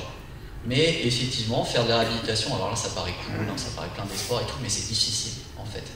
Parce que c'est difficile d'aller accompagner un projet, dans son projet professionnel, quelqu'un qui est délirant, quelqu'un où il y a la fin de la maladie, où il y a de l'accommodation, où il y a de la stigmatisation, c'est difficile. Faire un atelier journal à l'hôpital de jour entre 4 murs, c'est pas difficile en fait pour un soignant. Et clairement, les changements de paradigme, ils sont compliqués à amener, ils sont compliqués à amener aux équipes, ce que je peux comprendre. Hein. Mais voilà, moi je le dis souvent, quand on a créé le centre à Montpellier, les 3 quarts des infirmiers sont partis parce qu'ils s'y retrouvaient pas là-dedans. Donc des moyens, on en a. On aimerait bien en avoir plus, mais si déjà, je serais très curieux de voir ce que ça ferait si tous les hôpitaux de jour arrêtent toutes leurs activités, centrées sur l'intérieur, et se mettent à sortir et faire du case management. On se rend pas compte, non, mais 5 infirmiers ou 5 professionnels de santé dans un hôpital de jour, c'est 5 fois 15 usagers en fait. Déjà. Ça va très vite, hein, dans ce cas. Donc, effectivement, on essaye d'agir à plus haut niveau, mais c'est compliqué. Les dynamiques au niveau national, elles sont compliquées à bouger. La commission nationale des psychiatres, s'ils m'écoutent, voilà, je pense qu'il n'y a pas assez d'importance donnée à ça. Je pense que mais là, c'est des guerres de paradigme, hein, sur des psychiatries, sur une psychiatrie, une façon de voir. Ça s'éloigne aussi d'un gros paternalisme, une grosse infantilisation qui malheureusement n'est pas très bien éduquée dans les facs de médecine. Hein. On parlait de savoir-être tout à l'heure, c'est ça. Hein. On a du mal à se sortir du « je sais mieux ce qui est bon pour vous ». Et comme le rétablissement personnel et la réhab découle de ça, bah, c'est un peu compliqué. Mais moi, je fais partie vraiment de ceux qui pensent qu'on a des moyens qu'on utilise très mal. Et que déjà, faisons en moyens constants, et puis après, on verra. Chaque hôpital de jour ne peut pas dire « j'ai pas le temps de faire la réhab ». Ils ont le droit de dire « ok, on ne veut pas arrêter nos groupes, mais s'il y a 2 infirmiers ou un ergo, un infirmier, quelqu'un qui a envie de s'y mettre, bah, ça fait déjà 30 usagers. » Voilà, orienté rétablissement. Donc, mais c'est des choix. Et malheureusement, à l'heure actuelle, les choix sont beaucoup, mais à tous les niveaux, hein, soignants, usagers, familles, c'est beaucoup porté par des individualités. Pour les familles, c'est compliqué. Quand on va bien, que notre proche va bien, ben, on s'y met à fond. Quand le proche va mal, ben, on sort un peu de l'assaut parce qu'il faut s'occuper de son proche aussi. Pour les soignants, c'est pareil. Et moi, ce que je déplore à l'heure actuelle, c'est qu'on n'a pas un canevas clair sur l'orientation de la psychiatrie qui nous permettrait de temps en temps de dire, au lieu de toujours devoir argumenter, dire hey, les gars, là il y a un canevas, il y a un ministre, il y a un autre truc, en fait, vous n'avez pas le droit d'être contre et on y va, quoi. Et ça, on n'arrive pas à l'avoir, mais j'espère. Ce qui est bien, c'est de mettre en lien ce que vous faites et l'open dialogue dont parlait madame tout à l'heure, comme des pratiques novatrices. Ouais, sur l'open dialogue. Alors, l'open dialogue. Alors, c'est un exemple, hein. Oui, non, mais c'est marrant tous ces trucs. Oui, l'open dialogue, moi je trouve ça génial, hein, l'open dialogue, mais en gros, c'est de la réhab, quoi. L'open dialogue. Mais c'est ça. En fait, après, on peut l'appeler comme on veut, mais. On présente ça aujourd'hui comme des avancées, alors que dans certains pays comme la Finlande, comme disait madame, c'est déjà constitué. Et en même temps, ça paraît tellement humaniste et, comme disait Henriette, je crois tout à l'heure, permet aux gens d'être de plein pied les uns par rapport aux autres et pas dans ce rapport dominant-dominé, quelque part. On se demande pourquoi c'est pas plus. Enfin, est-ce que c'est. J'ai peur de dire une bêtise, je m'arrête. Non, mais il y a un vrai truc. Alors, je vais peut-être dire la bêtise que vous vouliez dire, mais en fait, après, il ne faut pas se leurrer. Hein. C'est pour ça que je pense que ça viendra des usagers et des familles, c'est qu'il y a des psychiatres qui pensent que ça ne marche pas. Il y a des psychiatres qui pensent que c'est pas possible de retravailler. Moi, à Montpellier encore, il y a des psychiatres qui n'orientent personne vers le centre, hein, parce qu'ils pensent que c'est dangereux. C'est un fait, en fait. C'est un fait on est dans un débat de paradigme, un débat d'idées sur la façon de faire de la psychiatrie, et que tout le monde est. Excusez-moi, c'est une sorte de blague. Non, mais c'est ça, il y a ce. Mais donc voilà, donc je pense qu'effectivement, moi je vous cache pas que le livre en premier avait le but d'aider les gens au quotidien qui n'avaient pas accès à ces outils, et de deux aussi de faire parler un peu différemment d'une manière de faire du soin. Attendez, il y a quelqu'un qui a. Ah, pardon. Question de compréhension d'abord et après il y a la réaction. Ça ne vous dérange pas si je réponds? Si je réponds avant, comme vous voulez. J'ai pas de. Alors, un case manager, c'est un coordonnateur de parcours. En gros, il a 2 missions, ça peut être n'importe qui. Il a 2 missions, collaborer avec l'usager au service de ses projets dans sa temporalité. Et deuxième mission, très importante, coordonner l'ensemble des personnes qui gravitent autour de l'usager. La famille, le psychiatre, s'il y a une mission locale, s'il y a un patron, s'il y a un éducateur. Et c'est là le gros boulot du case manager, parce que le problème c'est que si tout le monde ne tire pas dans le même sens, ça marche pas en fait. Et parfois on va dans des logiques compliquées de travailler l'autonomie dans la chambre d'un côté si le psychiatre prescrit une aide ménagère de l'autre. Voilà, c'est des trucs. Donc le gros boulot c'est ça, c'est être au service de l'usager dans la collaboration, être son interlocuteur privilégié, et être celui, pas qui fait tout, mais qui coordonne tout le monde et qui s'assure que tout le monde fait bien les choses au service des demandes de l'usager. Voilà ce que c'est. C'est Respire sur Evo. Ils en font. Ouais. J'ai applaudi tout à l'heure quand vous avez pris le positionnement de ne pas toujours passer par une autorité médicale et de ne pas toujours engluer dans des fonctionnements qui créent leur propre dysfonctionnement. Je trouve qu'il est courageux de le dire et qu'il est sûrement plus facile de le dire quand on est docteur. Alors, pas auprès de mes collègues. C'est ça, ouais, courageux votre positionnement. Toutefois, quand je vous entends dire... j'aurais envie de nuancer un petit peu la façon dont, évidemment, hein, c'est des batailles de paradigme sur les financements. Dans les moyens constants que vous citez, non seulement la population augmente, la fragilité augmente par précarité sociale, de l'emploi, j'en passe.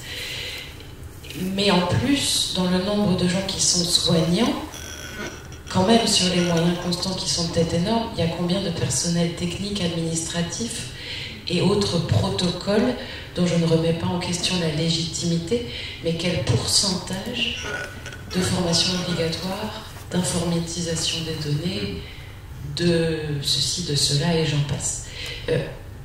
C'est-à-dire, je vais prendre mon propre domaine, je suis psychologue, je pense qu'on sous-emploie mes fonctions, mes capacités, mes missions. Je passe énormément de temps à me former, tous mes collègues aussi, ils ont plein de compétences, plein d'outils. On ne demande jamais notre avis, on n'est pas médecin. On veut nous paramédicaliser, on veut nous mettre dans les mains des cadres, on veut nous faire taire, on ne veut pas nous entendre. On aurait plein de choses à dire, notamment de l'histoire de la psychothérapie institutionnelle. J'aime bien, moi, qu'on mette un nouveau mot. J'aime bien aussi entendre ce qui avait déjà lieu dans l'histoire et qui se répète. C'est-à-dire, comment on en est venu à dire à quel point c'est déshumanisé. Et là, j'entends, il y a des choses humanistes intéressantes, il y a des nouvelles approches, alors que justement, il y avait cette façon de vivre médecin et malade, on disait ce mot-là à l'époque, après on dit comme on veut, en tout cas qu'on arrête de mettre des frontières et justement qu'ensemble on fasse un lieu de vie, pas un lieu de soins, de la culture, de l'autonomie, de l'autogestion. Et moi, ça m'évoquait l'autogestion dans votre positionnement de chef d'unité. C'est courageux, hein, il n'y en a pas beaucoup qui sont dans l'autogestion à l'échelle sociale, au-delà des paradigmes de soins. Je vais essayer de m'arrêter là, mais ce que je veux amener, c'est comment... Enfin, on ne parle pas ici du tout de psychothérapie institutionnelle, et comment ça s'est perdu, pourquoi, et pourquoi, comment ça résonne pour chacun d'entre vous, ce mouvement qui me semble avoir fait des pas en arrière dans l'histoire avant de revenir maintenant sur le devant avec d'autres mots, d'autres outils, d'autres compréhensions, et des fois vraiment encore d'autres domaines et disciplines qui viennent nous enrichir. Je pense à des démonstrations scientifiques s'il en fallait, de l'intérêt du sommeil, du silence, de la musique, du yoga, de poser des questions. Enfin, maintenant, on prouve scientifiquement. Donc ça y est, on a peut-être un peu le droit de le dire maintenant. Ou des nouvelles choses, je pense à l'EMDR et plein d'autres techniques. C'est pas une vraie question, enfin, j'espère que ça vous inspire un peu quand même. Si quelqu'un veut réagir.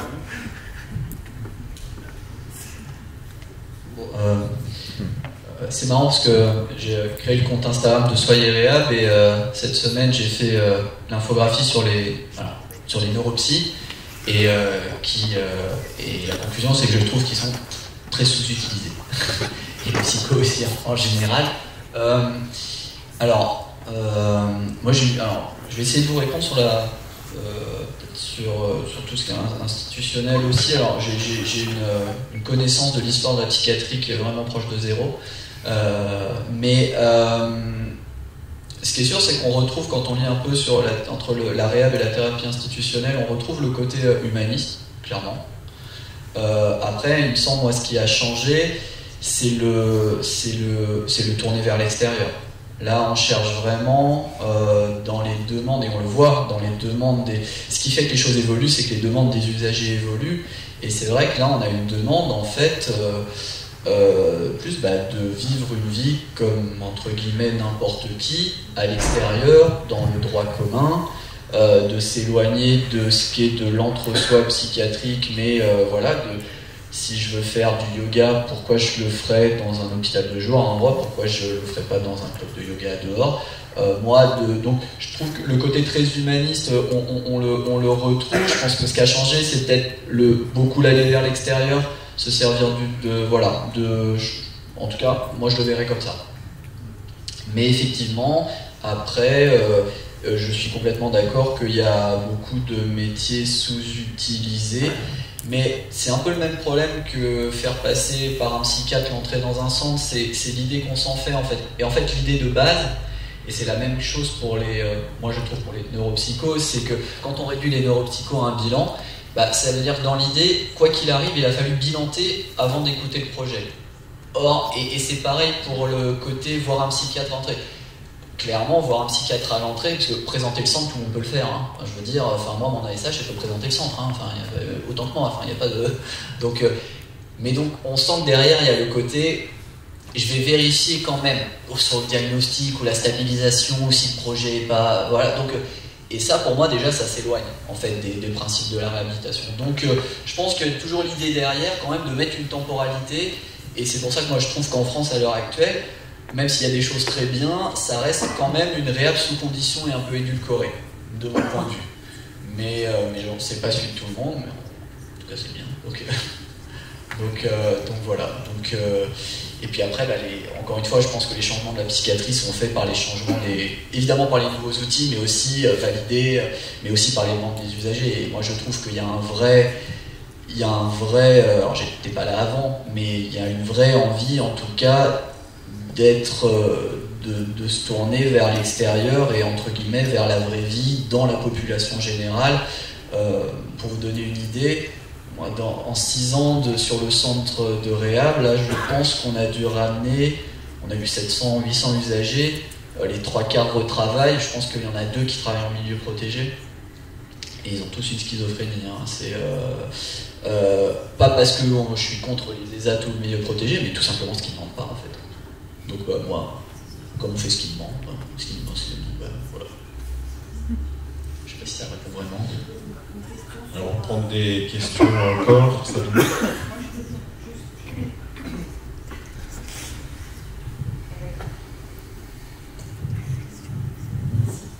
Quand vous parlez en fait d'un sous-développement encore de la psychiatrie en France, enfin, quand je dis ça, c'est de non-exploitation des bons outils, tout ça en ce moment. Est-ce qu'on ne pourrait pas, en tant que médecin psychiatre, aller vers les gouvernements, comme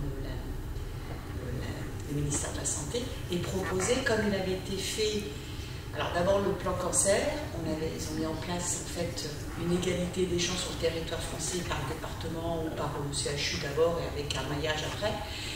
Et après, il y a eu aussi le plan d'action sur les Alzheimer. Et j'ai connu en fait des unités, on appelle ça des UCC, dans chaque département, il doit y en avoir maintenant. C'est-à-dire qu'on prend en charge des personnes chez eux avec des aidants dépassés par la maladie, une reprise par un médecin et des équipes voilà, dans des centres, dans chaque département, il y en a au moins un. Et donc, je voulais savoir s'il n'était pas possible d'avoir, pour une égalité de prise en charge, dans chaque département, une unité de réhabilitation qui, en fait, propose des soins innovants comme vous, si ça marche, d'évaluer ça auprès du ministère. Enfin, voilà. Est-ce que vous avez connaissance d'un cheminement par là Des plans, il y en a. Oui. Dernièrement, là, c'était quoi, février ou mars, où le nouveau ministre a redonné les orientations pour la psychiatrie. Là, je vous donnais juste un exemple qui montre, en fait, des plans, il y en a, c'est pas le problème, mais c'est l'état d'esprit qu'on met derrière. Et le problème, c'est que c'est toujours les mêmes gens qui sont derrière ces plans-là. Donc, l'état d'esprit ne change pas. Je vous donne juste un exemple concret. Il me semble que c'est le dernier axe, favoriser l'orientation vers l'extérieur, le retour à la vie active, etc. C'est un des axes. Le premier outil pour parler de cet axe, c'est l'élargissement de la PCH, la prestation de compensation de handicap. Enfin, je veux dire, en fait, ça veut tout dire. Je veux dire, c'est-à-dire que, en fait, on envisage le retour à la vie, etc., déjà par une compensation. Donc déjà, en fait, c'est... Mais, en fait, pour moi, quand j'ai lu ce truc... Donc, alors, on essaye, des centres de réhab, il y en a beaucoup, hein, mais comme je vous disais, même là-dessus, on n'est pas d'accord, c'est assez hétérogène, donc on se voit, on discute, mais c'est compliqué d'avoir l'oreille de ceux qui décident, clairement. C'est pas faute de s'agiter. Hein. Mais je suis d'accord avec vous. En tout cas, moi, en tant que psychiatre, et quand jeune psychiatre d'ailleurs, j'ai du mal à comprendre quelle est la feuille de route pour la psychiatrie, et quand elle sort, je suis rarement d'accord avec ce qu'elle est, et je me demande qui l'écrit. Enfin, je le sais, donc voilà. Mais vraiment, c'est un état d'esprit, et en fait, on pourrait amener autant de plans, autant d'outils qu'on veut, de structures. Moi, je trouve, là, la question n'est pas là. La question, c'est au service de quel paradigme? Mais c'est-à-dire qu'en fait, pour le cancer et pour l'Alzheimer, il y a eu un constat que la France était en fait à la ramasse. En fait, et peut-être que notamment par rapport à d'autres pays comme les anglo-saxons, j'imagine le Canada. Donc peut-être qu'à force d'avoir une moins bonne prise en charge que d'autres pays qui sont plus innovants, on pourra faire remonter et à un moment donné ils vont s'en apercevoir. Après, on souffre d'être notre spécialité. C'est-à-dire que pour des maladies comme le cancer, comme Alzheimer ou d'autres maladies somatiques chroniques, en fait, il y a de littérature, il y a de l'évaluation, il y a des prises de sang, il y a déjà en psychiatrie différents courants, on n'est déjà pas d'accord sur les courants, et c'est vrai que quand on fait remonter les choses au niveau des autorités compétentes, c'est un peu compliqué parce que quand on leur dit, bah, écoutez, on est tous des centres de réhab, mais on n'est pas d'accord sur comment faire de la réhab, c'est un peu, écoutez, mettez-vous d'accord et puis revenez nous voir. Donc on est un peu aussi bloqué par notre spécialité qui fait qu'elle est riche de tous ces courants, mais que malheureusement, du coup, on a du mal à se mettre d'accord. Donc il ne faut pas casser le dialogue entre nous, ça c'est sûr. Mais par contre, comme je disais, moi pour les centres de réhab, il y a 2 points qui, de base, à mon avis, devraient être dans toute charte et qui ne devraient même pas être questionnés. Moi, j'ai pas la réponse quand quelqu'un m'appelle à Montpellier et me dit le centre de réhab de ma ville, je comprends pas, vous êtes tous les 2 centres de réhab, tous les le même nom sur la même carte, mais vous faites pas du tout la même chose et on n'accède pas au... j'ai pas de réponse à ça en fait. Ok. Bon, il va pas tarder bientôt 8h. Du coup, ce que je vous propose, c'est de commencer à conclure. Est-ce que il y en a autour de la table ronde qui est un peu rectangulaire veulent avoir un petit tour de conclusion?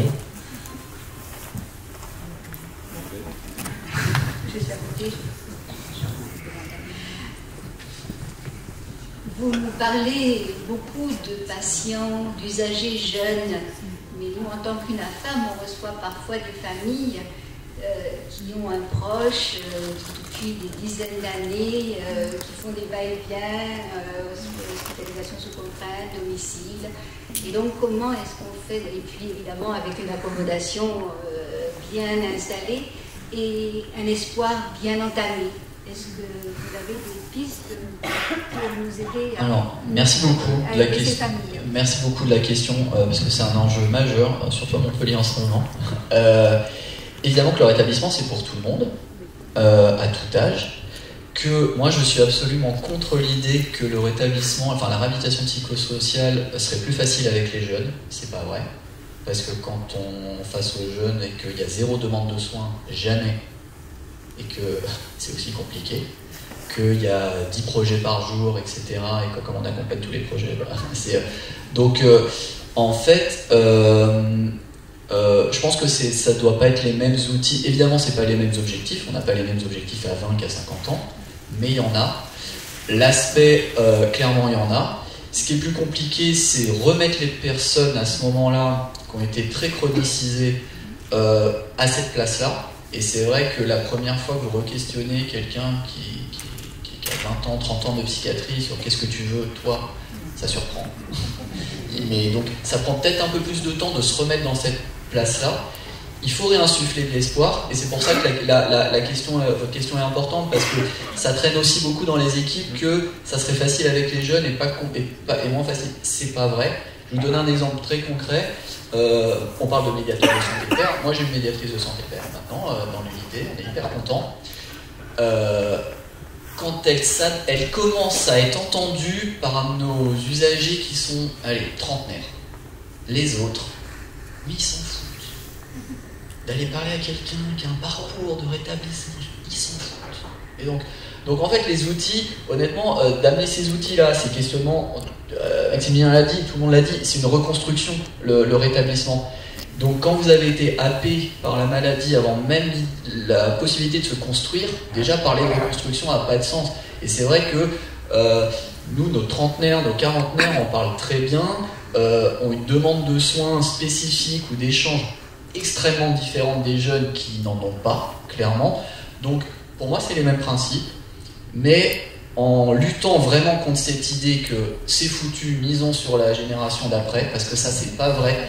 Et honnêtement, c'est vraiment, moi je trouve, c'est un argument de feignant, clairement, pour les deux de la part des soignants. Mais par contre, évidemment, les demandes ne sont pas pareilles, les choses ne sont pas pareilles, il n'y a pas de petits obstacles, Mais encore une fois, si la personne adore jouer aux échecs et qu'elle vient le faire 3 fois à l'hôpital de jour, je suis sûr qu'il y a des échecs dans la ville. Et ça, il n'y a pas d'âge. Donc vraiment, c'est les mêmes principes, mais évidemment pas les mêmes projets, mais comme dans la vraie vie en fait. Mais c'est pas plus dur, ça c'est une certitude.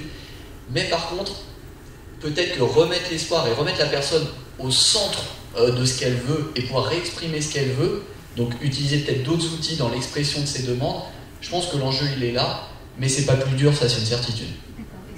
Toujours de l'espoir. Quelques derniers mots sur l'espoir, je sais pas si ça peut parler d'espoir. Bah oui, on peut parler d'espoir alors. En termes de conclusion, pas de relance du débat. C'est vrai que la réhabilitation, ça redonne de l'espoir aux usagers notamment, parce qu'on se rend compte qu'on est une personne lambda et que la vie a certes été parfois difficile face à la maladie, mais qu'elle a toujours des côtés positifs, qu'elle est belle, mystérieuse et qu'il faut continuer dans cette voie-là. Qu'on ait n'importe quel problème, quelle maladie, tout le monde peut entre guillemets s'en sortir. Et c'est beau de garder la force et l'espoir et d'avoir une famille, de se battre pour notre famille, qu'on aime de tout notre cœur. Et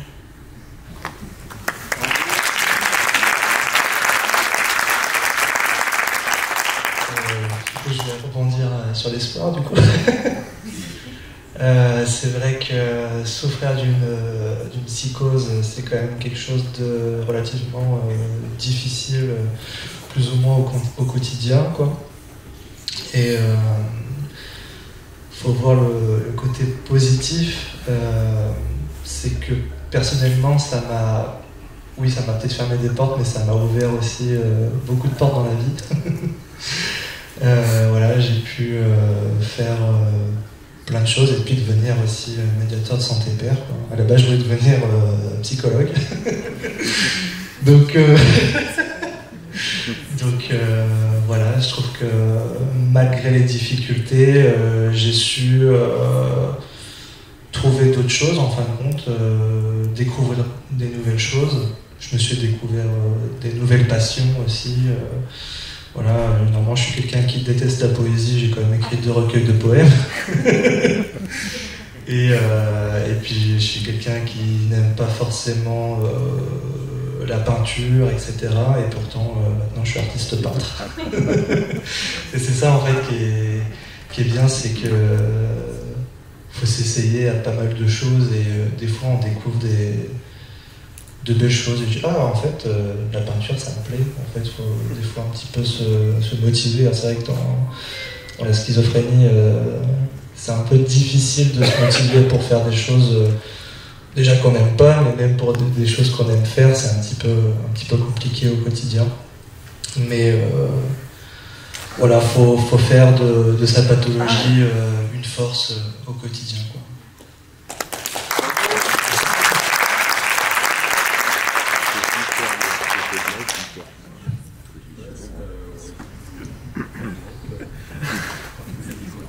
Je vais rebondir sur ce que tu dis. Oui, c'est une force au quotidien. Comme je vous l'ai dit, ça part d'un déterminisme et quand on est plusieurs acteurs et qu'on est tous réunis pour témoigner, par exemple, dans un documentaire ou pour témoigner maintenant, plus on est apte à faire une force en tant que groupe pour pouvoir avancer, plus on est là pour témoigner, pour que les personnes comprennent ce qu'ils ont et ce qu'ils traversent. Et le déterminisme, moi, au cours des 10 années de ma vie, parce que ça a été un long combat, où des fois j'ai combattu toute seule, ou d'autres fois on m'a vraiment bien accompagnée, j'ai toujours ce déterminisme de me dire non à la stigmatisation, à mon auto-stigmatisation, mais oui à l'envie de vivre et d'avancer dans la vie. Et oui, je suis moi-même et j'avance avec qui je suis. Voilà.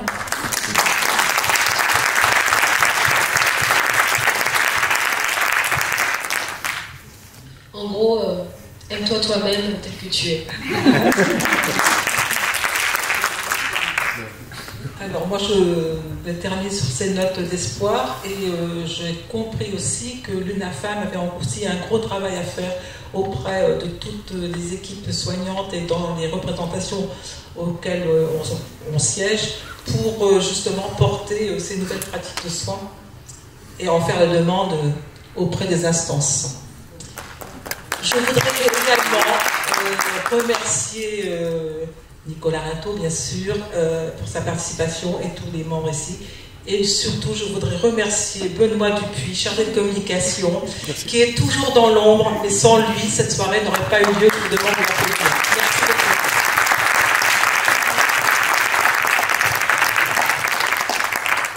Bon, eh bien, merci à tout le monde, vous qui êtes venus assister, aux intervenants. Je pense que, voilà, la dernière note, c'est l'espoir. Et une question, mais c'est la fin. Vas-y. Je voulais savoir, est-ce que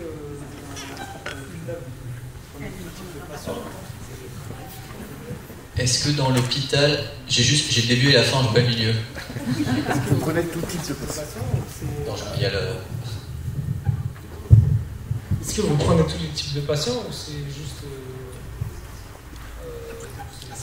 un certain type qui est... Ah non, alors à l'heure actuelle sur le centre, nous on est spécialisé dans la schizophrénie, mais c'est purement organisationnel par rapport à Montpellier. Mais ce qui va changer d'ailleurs, parce que ça va être ouvert à tout le monde, parce que c'était pas du tout logique que ça soit. Merci. Et ben, du coup, on va finir. Voilà. Merci à tous d'être venus, merci à tous les intervenants. Il y a des livres qui sont à disposition au fond. On peut remercier aussi Marie-Léa, notre cadre, qui assure aussi la logistique. Et voilà. Avec plaisir. Un bon espoir.